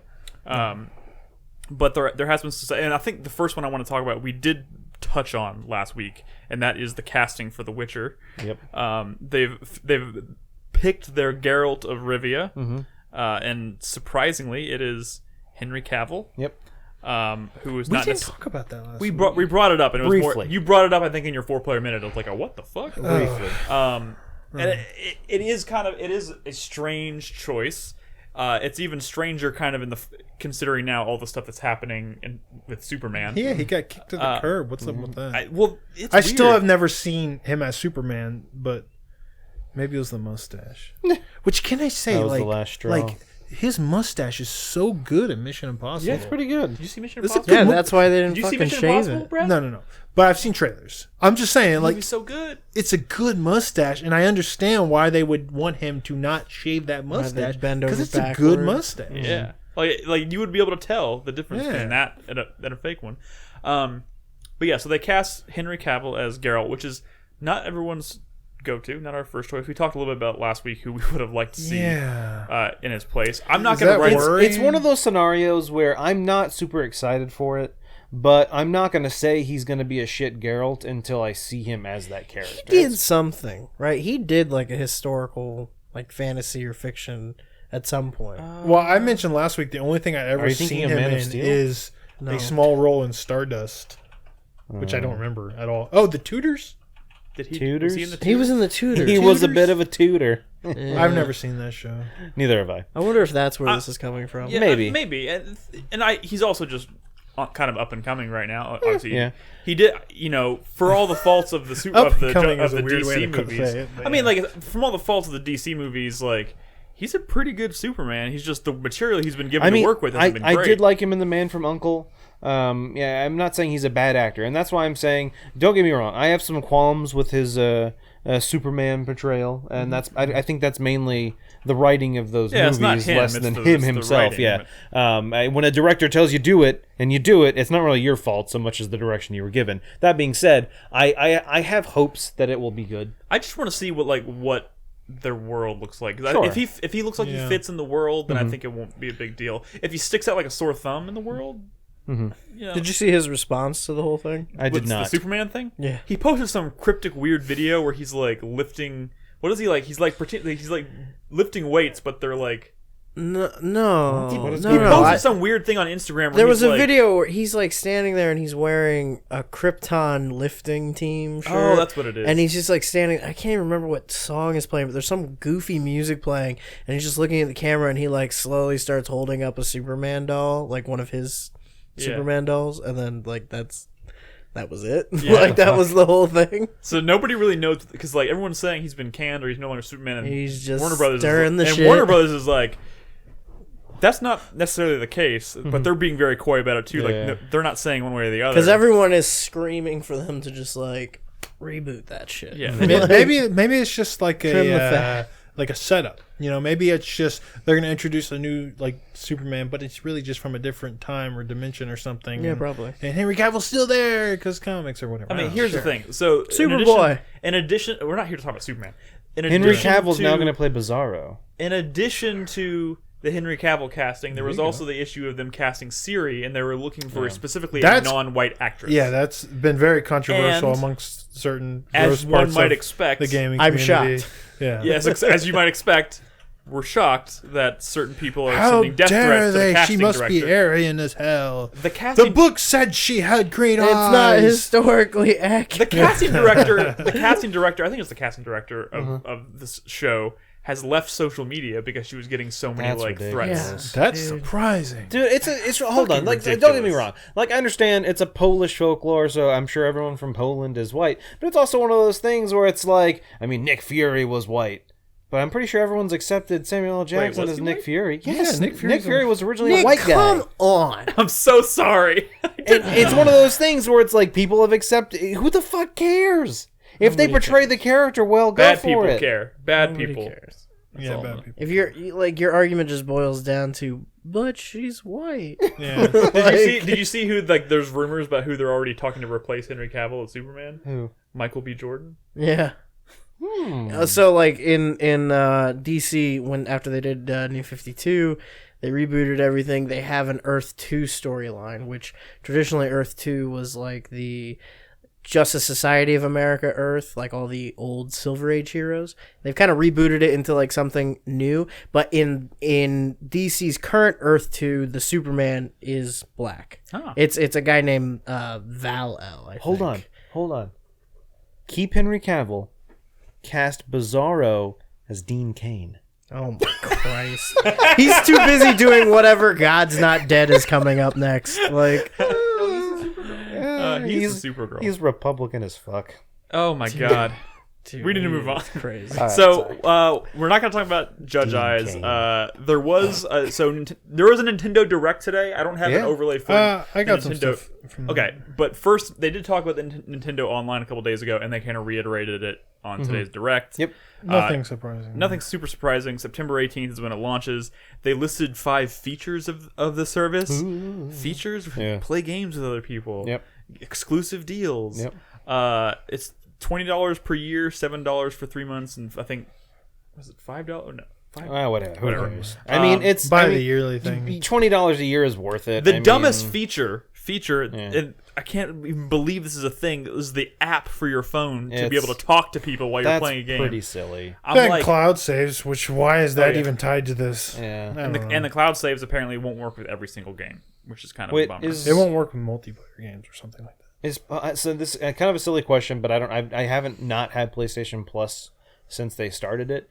Cloud saves on PlayStation. Do you have to have PlayStation Plus for that? I think so, yeah. Okay. I mean, I guess Or it makes you sense. get a lot more server space for Oh, it or okay. something. I think yeah. that's what it is. Okay, you just get more server space So for the Brad saves. has a little Yeah. rundown of some of the highlights. Some of it. I mean, I didn't write it all down. Just the highlights. Yeah, Luigi I'm fine with just the highlights. Luigi Fucking- Mansion 3's in development. Luigi's Mansion 3. That- Luigi Mansion 1 coming to the eShop. Yeah. Which, we already knew about that one. That was announced. I don't care. It's awesome. It is awesome. I'm I think excited Luigi's Mansion is for great. Luigi Mansion on the Switch. Luigi's Mansion 3 on the Switch sounds amazing. Luigi's Mansion Dark Moon was fucking So phenomenal. good. Phenomenal. So I good. cannot wait to play Luigi's Mansion 3. Phenomenal is a big word. Dude, 3. Have you played that game?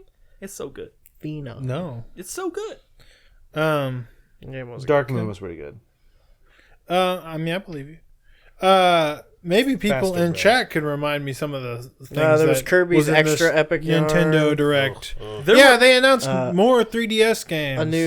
a new Yoshi. Yeah. apparently, Apparently, Yoshi's Crafted World coming in 2019. Apparently, half the Final Fantasy games ever made are coming. Yeah. like- that's Except for 8. yeah. yeah, that's the so what a lame. I'm sure there's some weird licensing thing, been which is announced. why. Damon X Machina. That shit looked cool. Yeah. Bowser's Inside Story. Yeah, those are all plus- been announced. Plus the new mode for that, the Bowser Jr.'s Journey. Yeah. Yeah, that a looks new cool. Animal Crossing. which that's a cool. So is the new Animal Crossing like a new Animal Crossing? Yes. or That's is what they it said. Yes, a new Animal Crossing. They say it's coming in 2019. They also announced Isabelle for Smash as a clone of the Villager, Yeah. which she's been in some leaks. So one of those leaks is fucking been Wait, what? spot on. Is what Prince is saying Yeah, true? Katamari Damacy Yeah. reroll. well, Reroll. it's just a It's the original. Yeah, it's it's a the remake of the original, but yeah. which there's I'll been still so much get it. Katamari. You know, Katamari's great, but I'll still get it. the sticks don't line Wait, up. what was there was another like real weird but Yeah, it cool would be weird. remaster. So Oh, Crystal Chronicles. Oh, yeah. Final Fantasy Yeah. Crystal Chronicles. But that one's also kind of a weird bad one. game. It's not a great. It's not a great. It's not the game. best It's okay. game. Yeah, like, I liked it for its music and like its kind of. It's vibe. interesting for a hot minute. It but was the then, closest like, thing to Final Fantasy IX in terms of like vibe and feel. I think Yeah. that series has had since 9, but like the game itself is not So amazing. They also announced a bunch of these NES games that some of them have. Well, I guess they have online functionality as well. So I guess like online co-op and stuff, Yeah. which is cool, right? Sure. You Yeah, never really had definitely. that. They, NES and controllers. Then they announced these NES controllers, which are $60 for a pair of them. Yeah. Which, They're basically just Joy Cons that look like fucking. well, they're bigger than Joy Cons, and you can't I really haven't use seen them as these. Joy Cons. Yeah, they do slide They're the onto size the- of NES pads. Stop distracting us. Hold on. Oh my god. Stop distracting us. Hold on. Which I think that's Save that, overpriced. I think Gustavus. it's bullshit. Nintendo does still know how to make a D-pad, but they can't do a proper D-pad Joy-Con, which is crazy. The thing is, apparently Super Nintendo games are also going to be a thing in the future or near future, but like, what the fuck? You can't play Super Nintendo games with an NES controller. Does that mean they're also going to release SNES controllers down the line? And if that's the case, why would you buy the NES ones? Yeah. Because Super NES ones have to be coming, right? You'd think. What a waste of fucking money. Of course, they're not going to say that, but it was through a data mine that they found out that SNES stuff is coming. So, Yeah. Those Weird. look a little Are silly, there like, any especially more- docked to the Switch. Well, you don't play it with them docked. That's just you can for charge charging, them on the yeah, dock, but still. I mean, Are there any like, more highlights from the thing, or is that kind of- Maybe Isabel Jack could tell coming us. to Smash. Oh, you talked about that one. I'm sorry. Yeah. Yeah, Isabel's coming to Smash, which is a lame entry. I think she sucks. I mean, whatever. New Animal Crossing looks kind of lit. Tom Nook's gonna go crazy. Take Well, over they town. didn't actually show that, but I'm very excited about that. I mean, that's like, I do want a new Animal Crossing for sure. It looks like 2019 is going to be a pretty big year for first-party Nintendo releases, bigger than 2018 at least. Because I want to see some Echo Fighters that are more like different. I feel like think about one of the first Echo Fighters the series has had, or clones, was Ganondorf was a clone of Captain oh Falcon. god, right? they announced Ganondorf was going to be in Diablo. He was a clone of Captain Falcon, and like maybe it seemed lame that he was doing Captain Falcon's movie, but it was a way to get he was the Ganondorf in big, there. slow, That was a strong very, Falcon. very different character. Yeah. These just seem like like Marth Roy, like very small iterations, very related characters. They don't look or feel all that different from what I can tell. I just wish they did something more ambitious, like maybe take Solid Snake's moveset and give him to Andy from Advance Wars. But with Marth, you have to hit the opponent with the center of the blade, and with Roy, you have to hit the opponent with the tip. It's of the actually blade. the Alright. opposite. Just but like yeah. It's the other way. We need to move on for the sake of time. But there was a lot of extraneous. There was a lot of stuff that was talked about and announced in this Nintendo Direct. There's a full list of it online, I'm sure. Yeah. But those are kind of the big highlights. So some interesting stuff. Maybe not what we were hoping for necessarily, but definitely a pretty bulky Direct. So I think that's it for news. Think so. So let's go ahead and wait. What? Let's see the overlay. Well, the other one was Judge Eyes, I think. And No. oh shit! I put this on there. Oh yeah. Fumito Ueda has revealed that his next project is officially underway. It's in development and it's comparable in scope. I thought he said larger in scope. Everything I've seen said comparable in scope to Shadow of the Colossus and The Last Guardian. Which the reason that's interesting is because I always assumed that his next project would be a smaller one because he left Sony. Yeah, but I mean, like he left Sony, so I would imagine that whoever they're working with now is like, hey, we're gonna throw some money at you if you come do a game for us. I mean, I don't know who that's gonna be. It's probably gonna be multi-platform though. I don't know. That's my guess. But yeah, there's not a whole lot more to say about that. But if you're a fan of Shadow of the Colossus, Ico, and Last Guardian, then you should be happy to know that he is definitely working on his next game. We'll talk about it again in like 5 years. Yeah, probably. 10. So now we're gonna roll on over to Nolan. Who's What gonna up? read us some questions from our Yup. supporters on Patreon. Which I do want to quickly say, we'll go into more detail on this next week, but we are updating our Patreon, and we're going to go into more detail about that and what that entails. But we appreciate anyone and everyone who would like to support us on Patreon. For as little as $1 a month, you can have some extra perks, like being able to ask us questions and stuff. But like I said, we're going to make some changes to it, and we're going to go into more detail on that next week. But for now, Nolan, hit us with some questions. I'm gonna hit questions because we don't have any new patrons this week, but No that's new okay. patrons. That's okay. We still love all the patrons do. we currently have. You're great people. Yeah, we love our patrons. No, we love all of y'all. We love. Oh, I see what We you're love doing. the non-patrons. I see what you're dude. doing. You were trying to alienate the non-patrons. Like a jerk face. Yeah, that is Brad. So the first question this week comes from Nexus. If you were a fighting game character, how would you describe your playstyle and/or finishing move? Fighting game character. I'd basically be Bob from Tekken. I don't know anything. Do you have to have do you have to pick like a fighting game style or just like a martial arts style that you are fond of? Nope. But then fighting again, game style. well then I know nothing.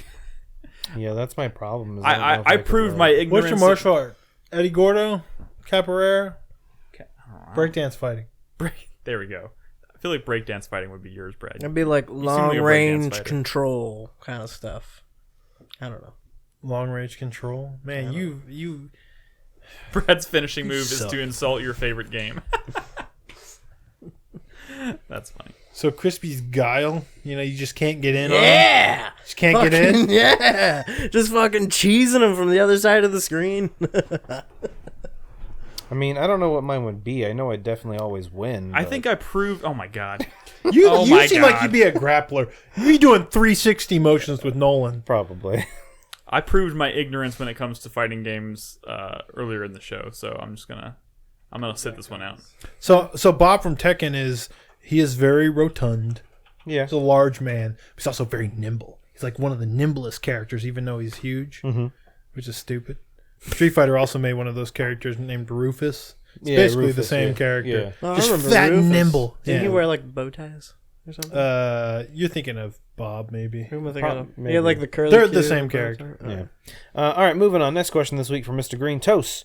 With recent games like Spider-Man or Shadow of the Tomb Raider offering accessibility options like holding a button press prompt rather than repeatedly tapping, or adjustable difficulty options between combat exploration and puzzles, what other accessibility features would you like to see in games offer in the future? First of all, For me, I wish more games would offer advanced subtitle options like in Assassin's Creed Origins, such as name tags for spoken dialogue or adjustable font size and background to ensure text doesn't blend in with the environment. that is very true. I think I do like when games give you the option to turn on or off who is speaking, not just the subtitles And I themselves. think we're starting to see kind of an influx of developers playing with like accessibility options a lot lately. I think a big one, like we're going to be talking about Shadow of the Tomb Raider next week, and that one, like as far as some of the modes and stuff that they play around with, and like being able to turn off all of the stuff that kind of points you in the right direction and kind of just lets you explore openly. Assassin's Creed Odyssey, which I kind of God hinted damn at. it.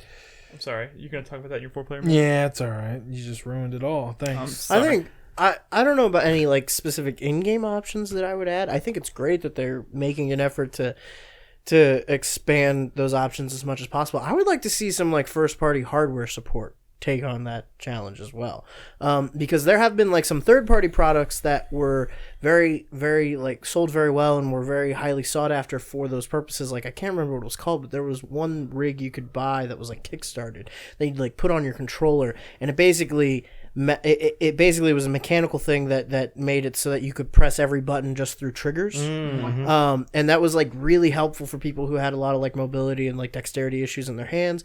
And I remember when Xbox released their whatever that like really fancy like $150 the Elite controller that had like the paddles on it, it was really highly sought after for that exact same reason, because you could map different things onto those paddles, and it made it a lot easier for people to like get in, like people who had dexterity issues to get into games like shooters, you know. Because it was easier for them to just like map face buttons onto those triggers. Absolutely. I will say, I'm trying to talk. More games that have, and you kind of mentioned, we kind of talked about it briefly, but like overlays that are adjustable. So something like Horizon did a good job of very dynamically bringing in and out the HUD when you are in combat. Yeah. But what I would like to see is games give you like complete customizability over that. Like certain like overlays, just never display them. I don't want to see that. I don't care that. You should be able to pick and choose every single element. Exactly. I don't think it would be when that it's difficult to. It's just a fucking Boolean. Show it yes or no. And honestly, I think it's one of those things where I was trying to say that like either combat is a game like Horizon. I think, or maybe even something like Breath of the Wild is a good example of. I want to see a different HUD when I'm in combat versus when I'm just exploring.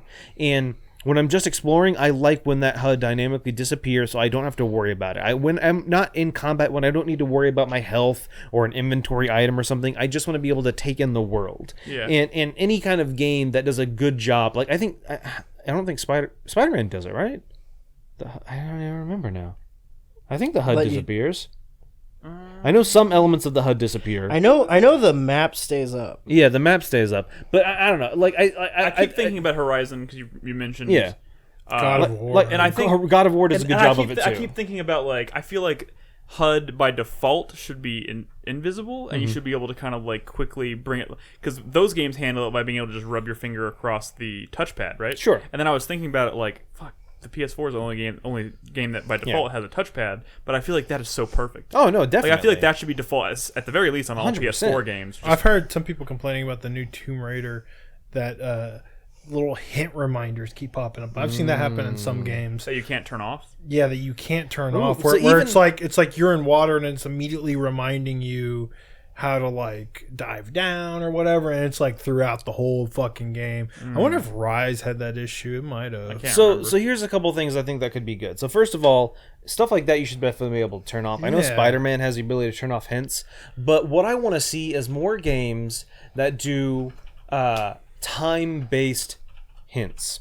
So say they give you a hint when you jump in water how to interact with something, but like if the in-game clock shows I played the game 5 hours ago and 10 hours ago, whatever, but if the in-game clock shows I actually haven't played the game in 6 months, then show, you know what I'm saying? That's actually not that hard to do. Show me the hints when I haven't been there for a while. Like certain games have been kind of doing some interesting stuff like that. Like I like when like Witcher 3, for example, whenever you load up the game, it always gives you the last big story thing that happened. While the game's just loading, it's like, hey, by the way, this is what's going on in the world. And I like that concept. I like that that's unique to the time and place that you're in. And I think as we see games like Horizon's a good example of like the dynamic HUD that as soon as combat ends after a few seconds and you're just running around the world, HUD slowly disappears, whatever, it's gone now, you don't have to worry about it. I think like kind of the more dynamic stuff like that and giving the player options to do stuff. I think that's where we're going to see a lot of the innovation because I think games look so good now. I think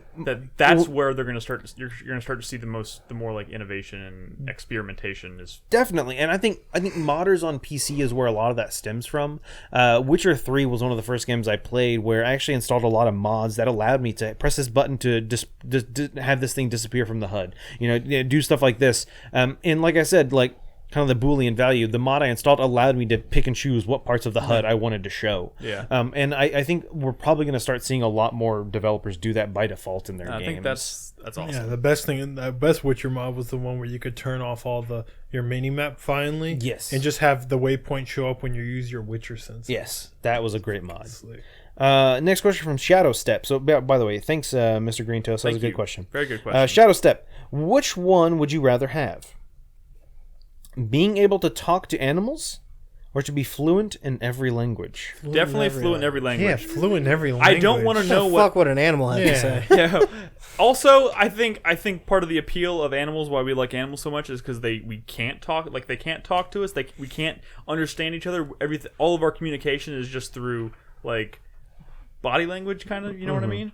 Like I don't want to know that my dog thinks I'm an asshole. You know what I mean? I'm pretty sure your dog thinks like, ooh, treat, or ooh, you know what I'm saying? Like that's the thing. My only problem with animals is I think their memory is so like quick and short term that they're just going to be thinking of one thing over and over and over, and then like, oh, this. It's hardly interesting. I would love to be able to travel anywhere in the world and not have any issues communicating with anybody. I would probably be a lot more willing to travel more if I didn't feel like there was going to be a language barrier somewhere. I wouldn't be hesitant. Mm-hmm. Oh, I agree. Language, definitely.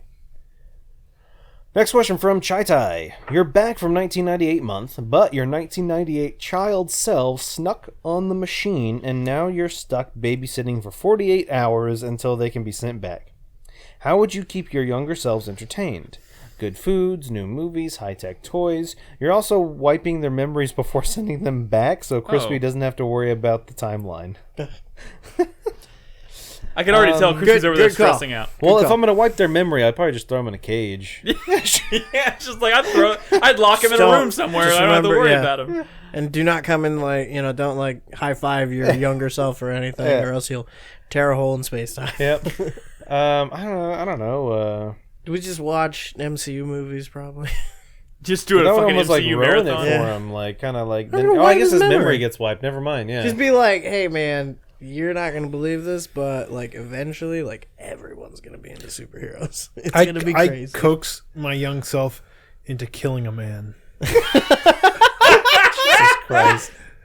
But it would have your DNA. And wiping your younger self's memory doesn't change the fact that it still fucking happened. I know, and that's just great. And it's you. And then I grow up not knowing I've killed a man, but I've done it. As soon as, but you would know because you just. Also, when they when they investigate it, but young me wouldn't know. You wouldn't know, but you'd send your young version back into the time stream, and then the cops would immediately show up to arrest you for murder. Yeah, because it's your. We finally cracked the case. We'd be careful. I mean, come on. Okay. Oh my god. I like how Zero He'd- Skies in chat's he'd like, Brad is fucking- the family man He'd here. Leopold and Loeb his younger self. That's nuts. All right, let's move on. That was good. Oh my god, Green Goddamn says physically harm him so he goes back with injuries and won't know where they came from. That's fucked Or up. just like stab holes through his hands, so it'd be like stigmatas. Like, I've come back Guys, from the this, future. this just got real dark. Looper, Jesus. Jesus Christ. Good question. All right, next question from Fuzzy Turd. In Captain America Civil War, we see Earth's mightiest heroes in extreme disagreement to Some the of point them. of battle. I'd love to see you guys in heated disagreements. So I love to see you guys in heated disagreements. So I'll ask a controversial question. Is Sea of Thieves a good game? No one here is gonna fight about that. I don't think. First of all, just An go back. interesting idea. What was the question? Is Sea of Thieves a game? A good A game. good A game. good game. A good game. I think you should go back and listen to our discussion on whatever podcast. we've I don't had think some we're even equipped to opinions. answer this question Yeah, because no, none of us we're have even not. touched it. Yeah, I in a think long time. just because none of us has played it recently, I know they've made a Maybe lot that of changes. says something about it? Well, no, it's one of those things where, like, I don't think we're in a good position to be asked about a game that's slowly in development because we kind of don't have the time for it. It's also a game that doesn't really necessarily appeal to most of us. people with taste. That's not what I was trying to Shit, say. man, I don't know. It's better than any video game I've ever fucking made. There we go. There's So- your answer. One thing I will say about Xbox games is this entire week I have no idea what Nolan's about has to been say. delightful because one of my coworkers, Sam, about 6 months ago, he came to me and he was like, "Nolan, you like video games, right?" And I was like, Nah. I do. And he was like, I've been thinking about getting an Xbox or a PlayStation. Oh, this is- And I said, PlayStation. 100%. Yeah. And he's like, but I like Forza. And I was like, PlayStation. I don't care. PlayStation. And then like a couple weeks later, he's like, hey, I got an Xbox. And I was like, you're a fucking idiot. You fool. And like the past week, I've just been constantly like just talking about Spider-Man and stuff like that and talking about God of War and all these games he can't play. And then finally he was like, dude, I regret getting an Xbox. And I was like, I fucking told you. Dude, I told you. exact same thing happened with a fucking D&D friend of mine, and he doesn't even play driving games. So it makes even less sense of why he would do I don't know what it is because the same thing happened to me. My boss was asking me because his son wanted to know what I thought because I've never met his son, but he tells his son about me and the podcast and E3 and stuff. And Weird. he was like, "Oh, ask Nick about this." So I gave him my personal opinion about which system he should get. And my boss was like, I agree, that all makes perfect sense. Went home, told his son what I said, and his son still insisted on getting an Xbox. I don't get it. Kids are stupid. PUBG. I don't get it. You're just over here like, yeah, It seems like the- Spider-Man, God of War. It seems like the yeah. lesson here should be if people ask you this question, you say Xbox, because then they'll get the PlayStation. You sound like that car dealership guy.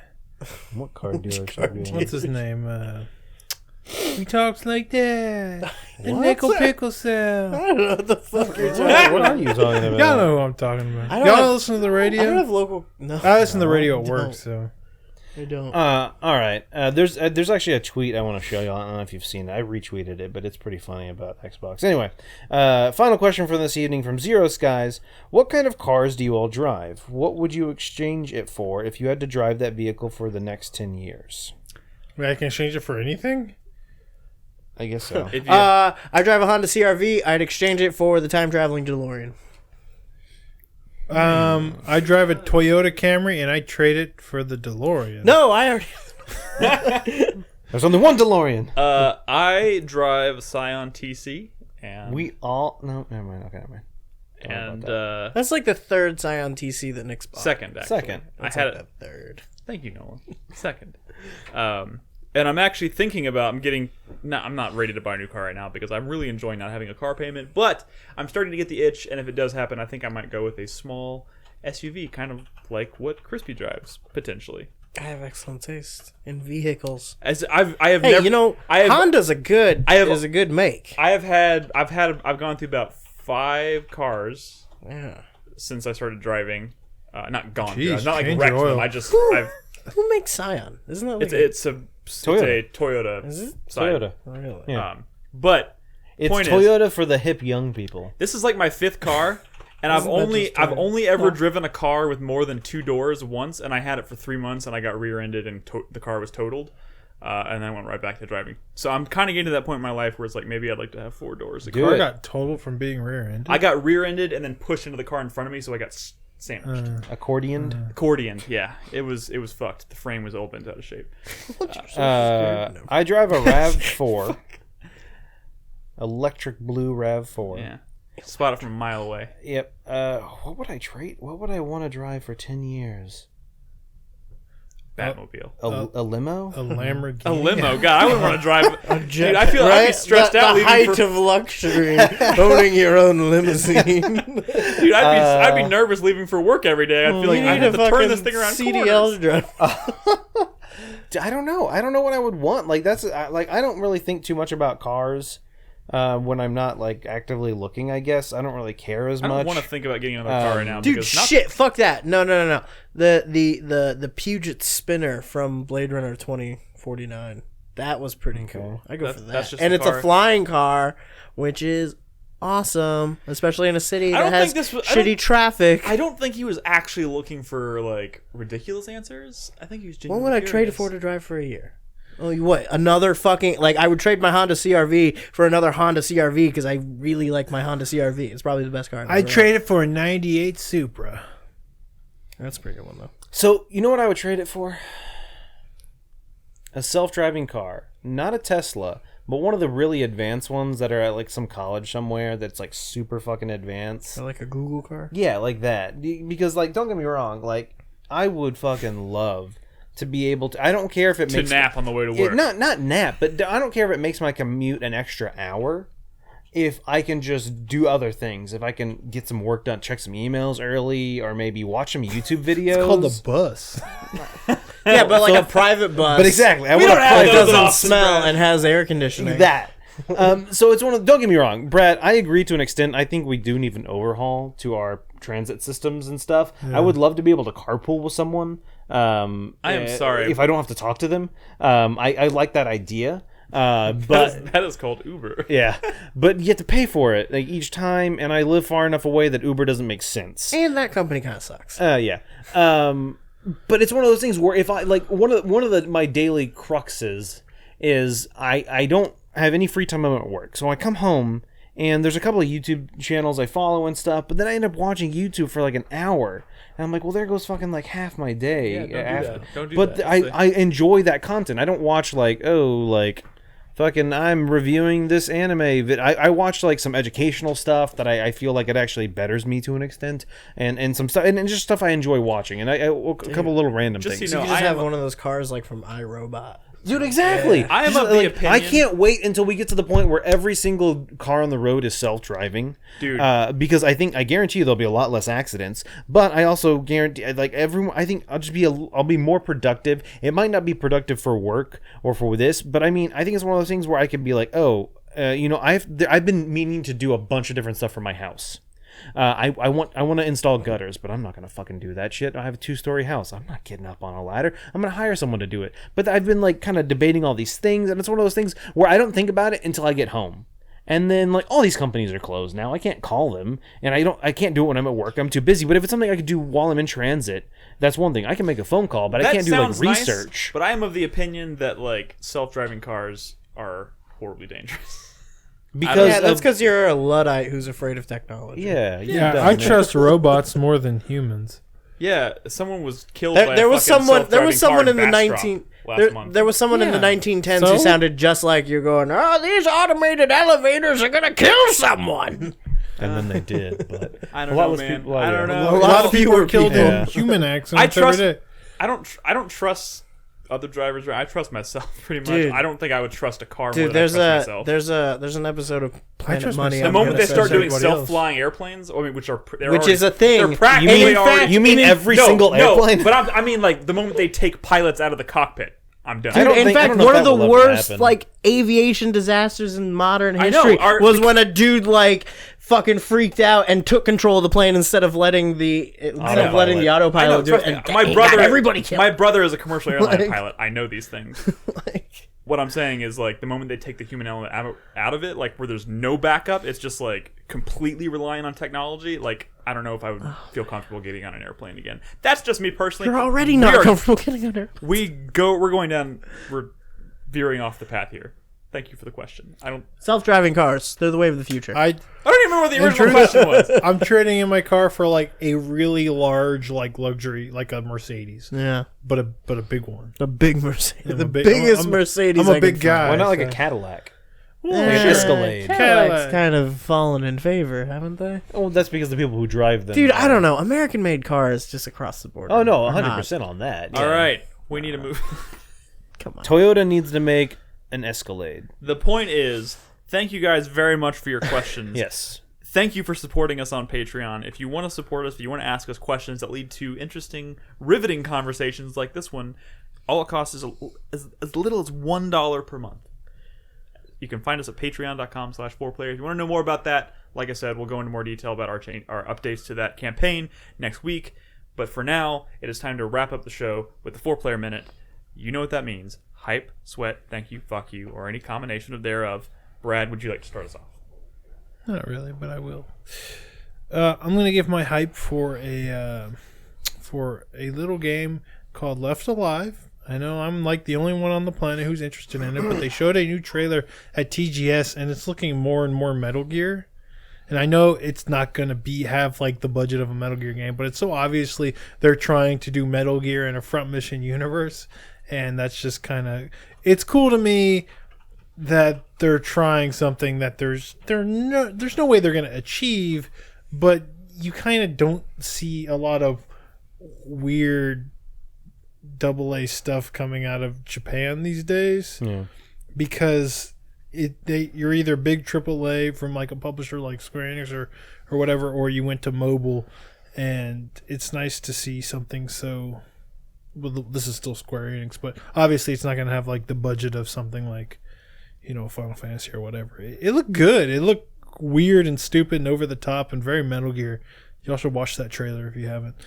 My sweat is for Dragon Quest XI because I do think I'm going to try it.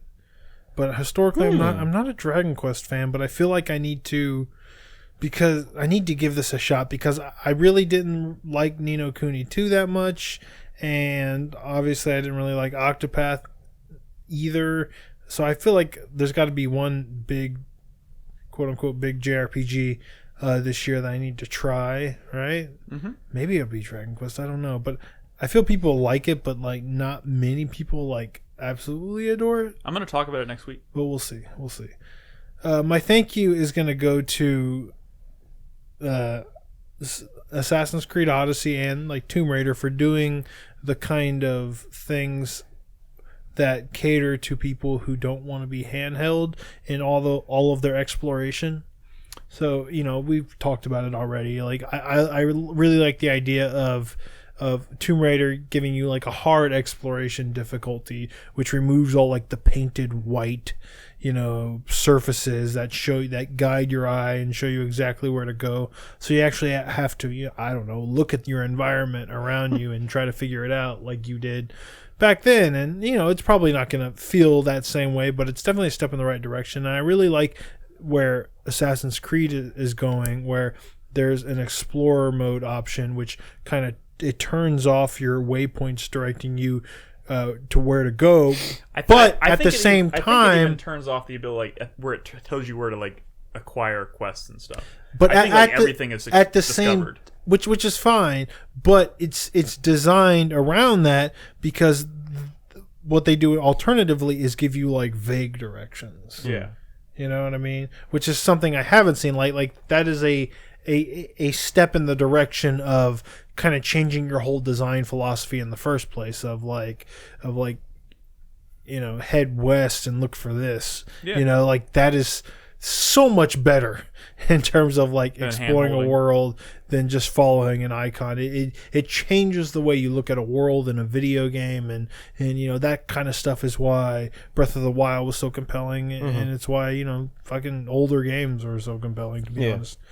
And for my fuck you, I'll just go ahead and give it to Nintendo. I haven't thought too much about it, but until Nintendo stops disrespecting Advance Wars, fuck you, because it is a critically acclaimed and loved series, and just because Japan doesn't adore it, even though that series goes back in Japan like a much longer time than it did in the West. Just because a whole country is wrong doesn't mean you can't be right, Nintendo. It's part of your history, you know. Smash Brothers is about your history. Stop putting in Fire Emblem characters. Stop catering to Stop putting what's in clones. popular. It's our Clones of characters history. that already exist. It is. It's your fucking They're history. taking And our if you're gonna put history. in Rob the fucking robot and Mr. Game & Watch and stuff, you know, It's about our heritage. Oh god. Shit. Sorry. oh man, How dare you, Crispy? just fucking do it, you assholes. All right, thank you, Brad. No one. Isabella, like they're just following these popularity polls. I know. Well, fucking Waluigi's gonna make it in because he became a fucking meme, just like all of these other characters who are making it in because they became I know, fucking Brad, memes. it's okay. You know, the next character they introduce is gonna be number 69. It's totally gonna be Waluigi. Of course, Waluigi's gonna be number 69 because of stupid fucking meme peddling ass fucks on the internet.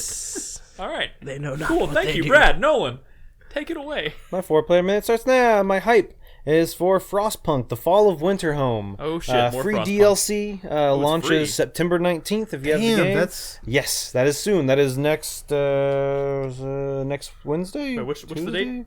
19th. Today's? That's next 13th. Wednesday. Yeah, next Wednesday. So fucking super excited for that. I'm ready for it. I wish it was Tuesday so I could cast it, but whatever. I actually have to wait till the next week. My sweat is for my Nintendo Switch Joy-Cons. I can't fucking find them anywhere.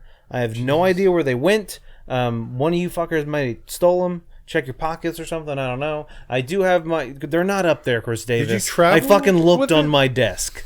Thank you. Wouldn't that be funny if you just found him? I don't think I traveled with them. I went with them one place like 3 months ago, but I'm pretty sure I've had them here since. And I talked to that person. They're Have not you at talked his to your house. dog? Did you check Do your you have any butt? guests that had a Switch with them? So I don't know where they are at. I do have my Pro controller, which is good for most occasions. But I would really like to fucking find those before I have to just go out and buy another pair. Well, I definitely didn't take them because I hate my Joy-Cons. Moving on, my thank you. It's actually going to go to CD Projekt Red. We've been talking a lot about Cyberpunk 2077, and then we were talking about Witcher 3 tonight, and I'm like, god damn, those are some really like Witcher 3 is a great fucking game. I am so hyped for Cyberpunk. Like, I was watching that 48-minute like video again the other day. So good. Dude, Speaking like, of which, I am so excited for that. I think if all goes according to plan, we should have a commentary video out for that next week. Nice and timely. And then my fuck you is going to go to Nintendo. Some reasons is Brad, but it's just more of like they're releasing, you know, all of these games are announcing for the Switch and stuff, but some of them are just kind of weird choices, and like I don't know why they like choose what they choose. I mean, first of all, yeah, fuck you for not doing Final Fantasy VIII. It might be some weird licensing thing, but I definitely would have bought that. And they've had a really lame Those are all going to ass be year. digital, aren't they? Probably. 100% they're going to be digital. Their 2017 was so good, and, Yes. and their 2018 has been so fucking lame. And it's like, it's just some of the choices they make I just don't really understand. It's like, I don't know if they're just like, oh, people like Final Fantasy, let's do all those. But it's like, they have so many IPs that they own and games that like are critically acclaimed and loved, and it's like, why don't you choose some of those to put on your console? Like, it's just, I don't get it. It just seems like they shoot themselves in the foot constantly. Yes, Final Fantasy VII on the Switch, are people going to buy it? Of course. I'm going to buy 9 probably. Of course they will. But I mean, it's also one of those things where why I'm gonna buy why Grandia. do you keep releasing a game that's been released in 48 different mediums instead of those classic games that have only been released on the fucking NES or the Super Nintendo or something like that and never been released again, and you own them? Just fucking do it. Why do they pretend like the series started with 7? Yeah, exactly. Like, I mean, there's just so many things they could do. Like, I would love to play Final Fantasy 6. I was waiting to find out. I was like, I saw the headline, like, a bunch of Final Fantasies coming to Nintendo Switch, and I was like, oh shit, maybe 6 is coming. I can finally play that. Mm-hmm. Nope, started at 7. Yeah, so I don't know. Whatever. You're right. I'm getting. I into will the say, fuck you. to all the people who rebuy Final Fantasy VII on their Switch, Right? and choose Dude, not to buy Grandia. I own Final Fantasy Fuck VII you. in 2 mediums. I own the physical disc right there, and I bought it on PC from Green Man Gaming for like $2 or something like that. And on that is DVD. the only copies I own. Yes, sorry, I do own the DVD, but some random guy on eBay got that money, not Nintendo. You don't or know. Squeenix. Maybe he cut them a check. Crispy. All right. So because we did a Spider-Man week, I'm splitting my 4-player minute between video games and comic books. Okay, so I've got a video game hype. It's your minute, which bro. Do whatever you is for Judge Eyes, actually, because that shit looked dope. Right. That does look That shit fucking looked good. dope. I can't wait for that. The idea of like taking the mechanics and the setting of Yakuza and putting it in something that doesn't have any of the baggage of the story is like super appealing to me. Yeah. My comic book hype is going to be so been playing Spider-Man, right? And I've been like, man, I haven't read Spider-Man in a long time. Like, I gotta jump back in. So I was looking online, seeing what books are currently out for Spider-Man, and apparently a writer who I really enjoy named Chip Zdarsky has been writing their secondary Spider-Man book, Peter Parker: The Spectacular Spider-Man, and it's been a fantastic run according to all the reviews. So I picked that up. Can't wait to get started on that. Great writer. Highly recommend you check it out. My fuck you this week. What's up? Has Peter Parker ever owned a dog? And did he name it Peter's Barker? Peter Barker? God damn it. I don't know. No I'm one sure. raised his hand to ask that I'm damn sh- fucking I question. don't know if he's ever had a dog. Oh Maybe like my a cat or God. something. I was curious. Yeah. Okay. That's perfect, though. You're going to be a Yeah, great right? dad one day, Nolan. 'Cause Peter You're loaded Parker. with dad jokes. My fuck you for the week goes to, it goes to Marvel, actually. Marvel Publishing. Okay. And probably to the large fucking hordes of internet incels who caused this to happen. But Marvel kind of hush-hush today canceled the Vision 6-part miniseries that was supposed to be starting in November, which was a follow-up to a book from a couple years ago called The Visions, which was fantastic. Highly recommend Was that. that about like his like the family? Yeah, it was that was a story about the Vision like deciding he wanted to settle down and start a family, Yeah. so he like built a fucking family, including like a dog, and it's just all about like how like he's using that to like try to figure out like how humans live and how it just like goes to fucking shit like in the worst possible ways, and they were doing a 6-issue like sequel like follow up to that, because that original series ended like in a really kind of like weird fucked up place, and it would have been really cool to see like a continuation of what happened from that point. They had a 6-part series scheduled. They had Chelsea Kane, who originally did Mockingbird a couple years ago for Marvel, set to write it, and they'd already turned in like 4 issues of the 6, and then Marvel just was kind of like canceling it. And nobody knows why. The rumors going around, though, is that it might have something to do with all this Comicsgate bullshit going on, because Chelsea Kane. I'm sorry. What? No, I wasn't sure if it's just because the writers didn't have a lack of vision. God. Well, think well, that the could be- reason I wish I could eject you from the this reason podcast. why the reason why the Comicsgate thing seems to be a likely contributor to the decision is because Chelsea Kane was one of the like big targets for these kind of folks a couple of years ago when she was doing Mockingbird, because it was like this new lady superhero in Marvel, and you can imagine how fucking well that went over. You know, I just don't want them pushing an agenda. You know? just some real fucking bullshit. And my thank you for the week is actually, and I'm sorry, and I'm going to give it to Krita, because we were just sitting here talking about how wonderful self-driving vehicles would be, and how And that would glorious put her out of- that future would put look. her out of a job. And her job is all about driving vehicles. Oh my god. We're going to automate your job, Krita. I'm so sorry. I'm sorry we did that. Probably for a while at least need someone to sit in there. So Yeah, right? Just to make sure everything's cool. Think of all the gaming you could get done. Your job would just get cushier. Frida, how often do you listen to the theme song to Smokey and the Bandit? Oh my god. Have you ever had to haul Coors? All right, it's my turn. I'm going. We gonna do what they say can't be done. Oh my god. We got a long way to go and a short time to get there. Eastbound, Watch your bandit run. All right, anyway. Wow. Fucking damn. I don't even know how to follow that up. My 4-player minute starts now. My hype is for Shadow of the Tomb Raider. Getting it tomorrow. Robin's also getting it tomorrow, and I don't think we're gonna probably see each other much this weekend. Yes, you are so Wait, what? weird. You're guys are both so getting what? weird. We're both getting Tomb Aider tomorrow. Wow. You guys are She got it so on Xbox, fucking I got it on weird. PlayStation, so we're just gonna go You guys in are our so rooms. weird. Fucking jelly. No, I'm not. Get a different game and fucking share. I'm not. I didn't want to get it on Xbox. You can keep Then play it What on does PC. that mean? You could get a different game and just play it when she's done. Also, no, I wanted to play it. She's gonna be playing it all weekend. I want to fucking play it. There's a whole game experience y'all could have that's different. Oh man, hey man, let us do our thing. Let us do our thing, man. Jeez, man, my fuck you goes to Brad. There it is. Would y'all not play a co-op game because, different systems, loyalties? No. I'll talk to you about this off the podcast, Brad, if you really want to.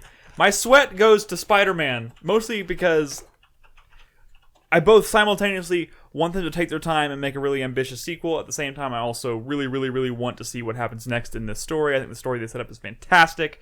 I'm worried that it's going to be like 2 or 3 years before we see this series again, and I just want more. I just spent 25 to 30 hours playing this game, and I want fucking more. No, I agree. My thank you, though, goes to Insomniac for making a game with and giving it that much care and giving it and being that respectful to like the source material and like just the whole project comes across as just being very faithful and very It really, it's a very loving homage. it does to the seem like character. they really cared about it. Yeah. It's one of those things where they didn't take a series and just kind of poop out a Spider-Man game. They clearly like took their time and like and put a lot of thought into it. They didn't throw this one together. It's great.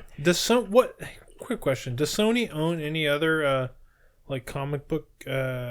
I mean, I don't think Sony owns this. They own the film franchise. Yeah, I mean, there's something with there's they definitely have some ownership of Spider-Man. I mean, it's definitely why this is exclusive. Well, I don't know if that's the case. I don't think they just own have the a publishing game. deal with Insomniac.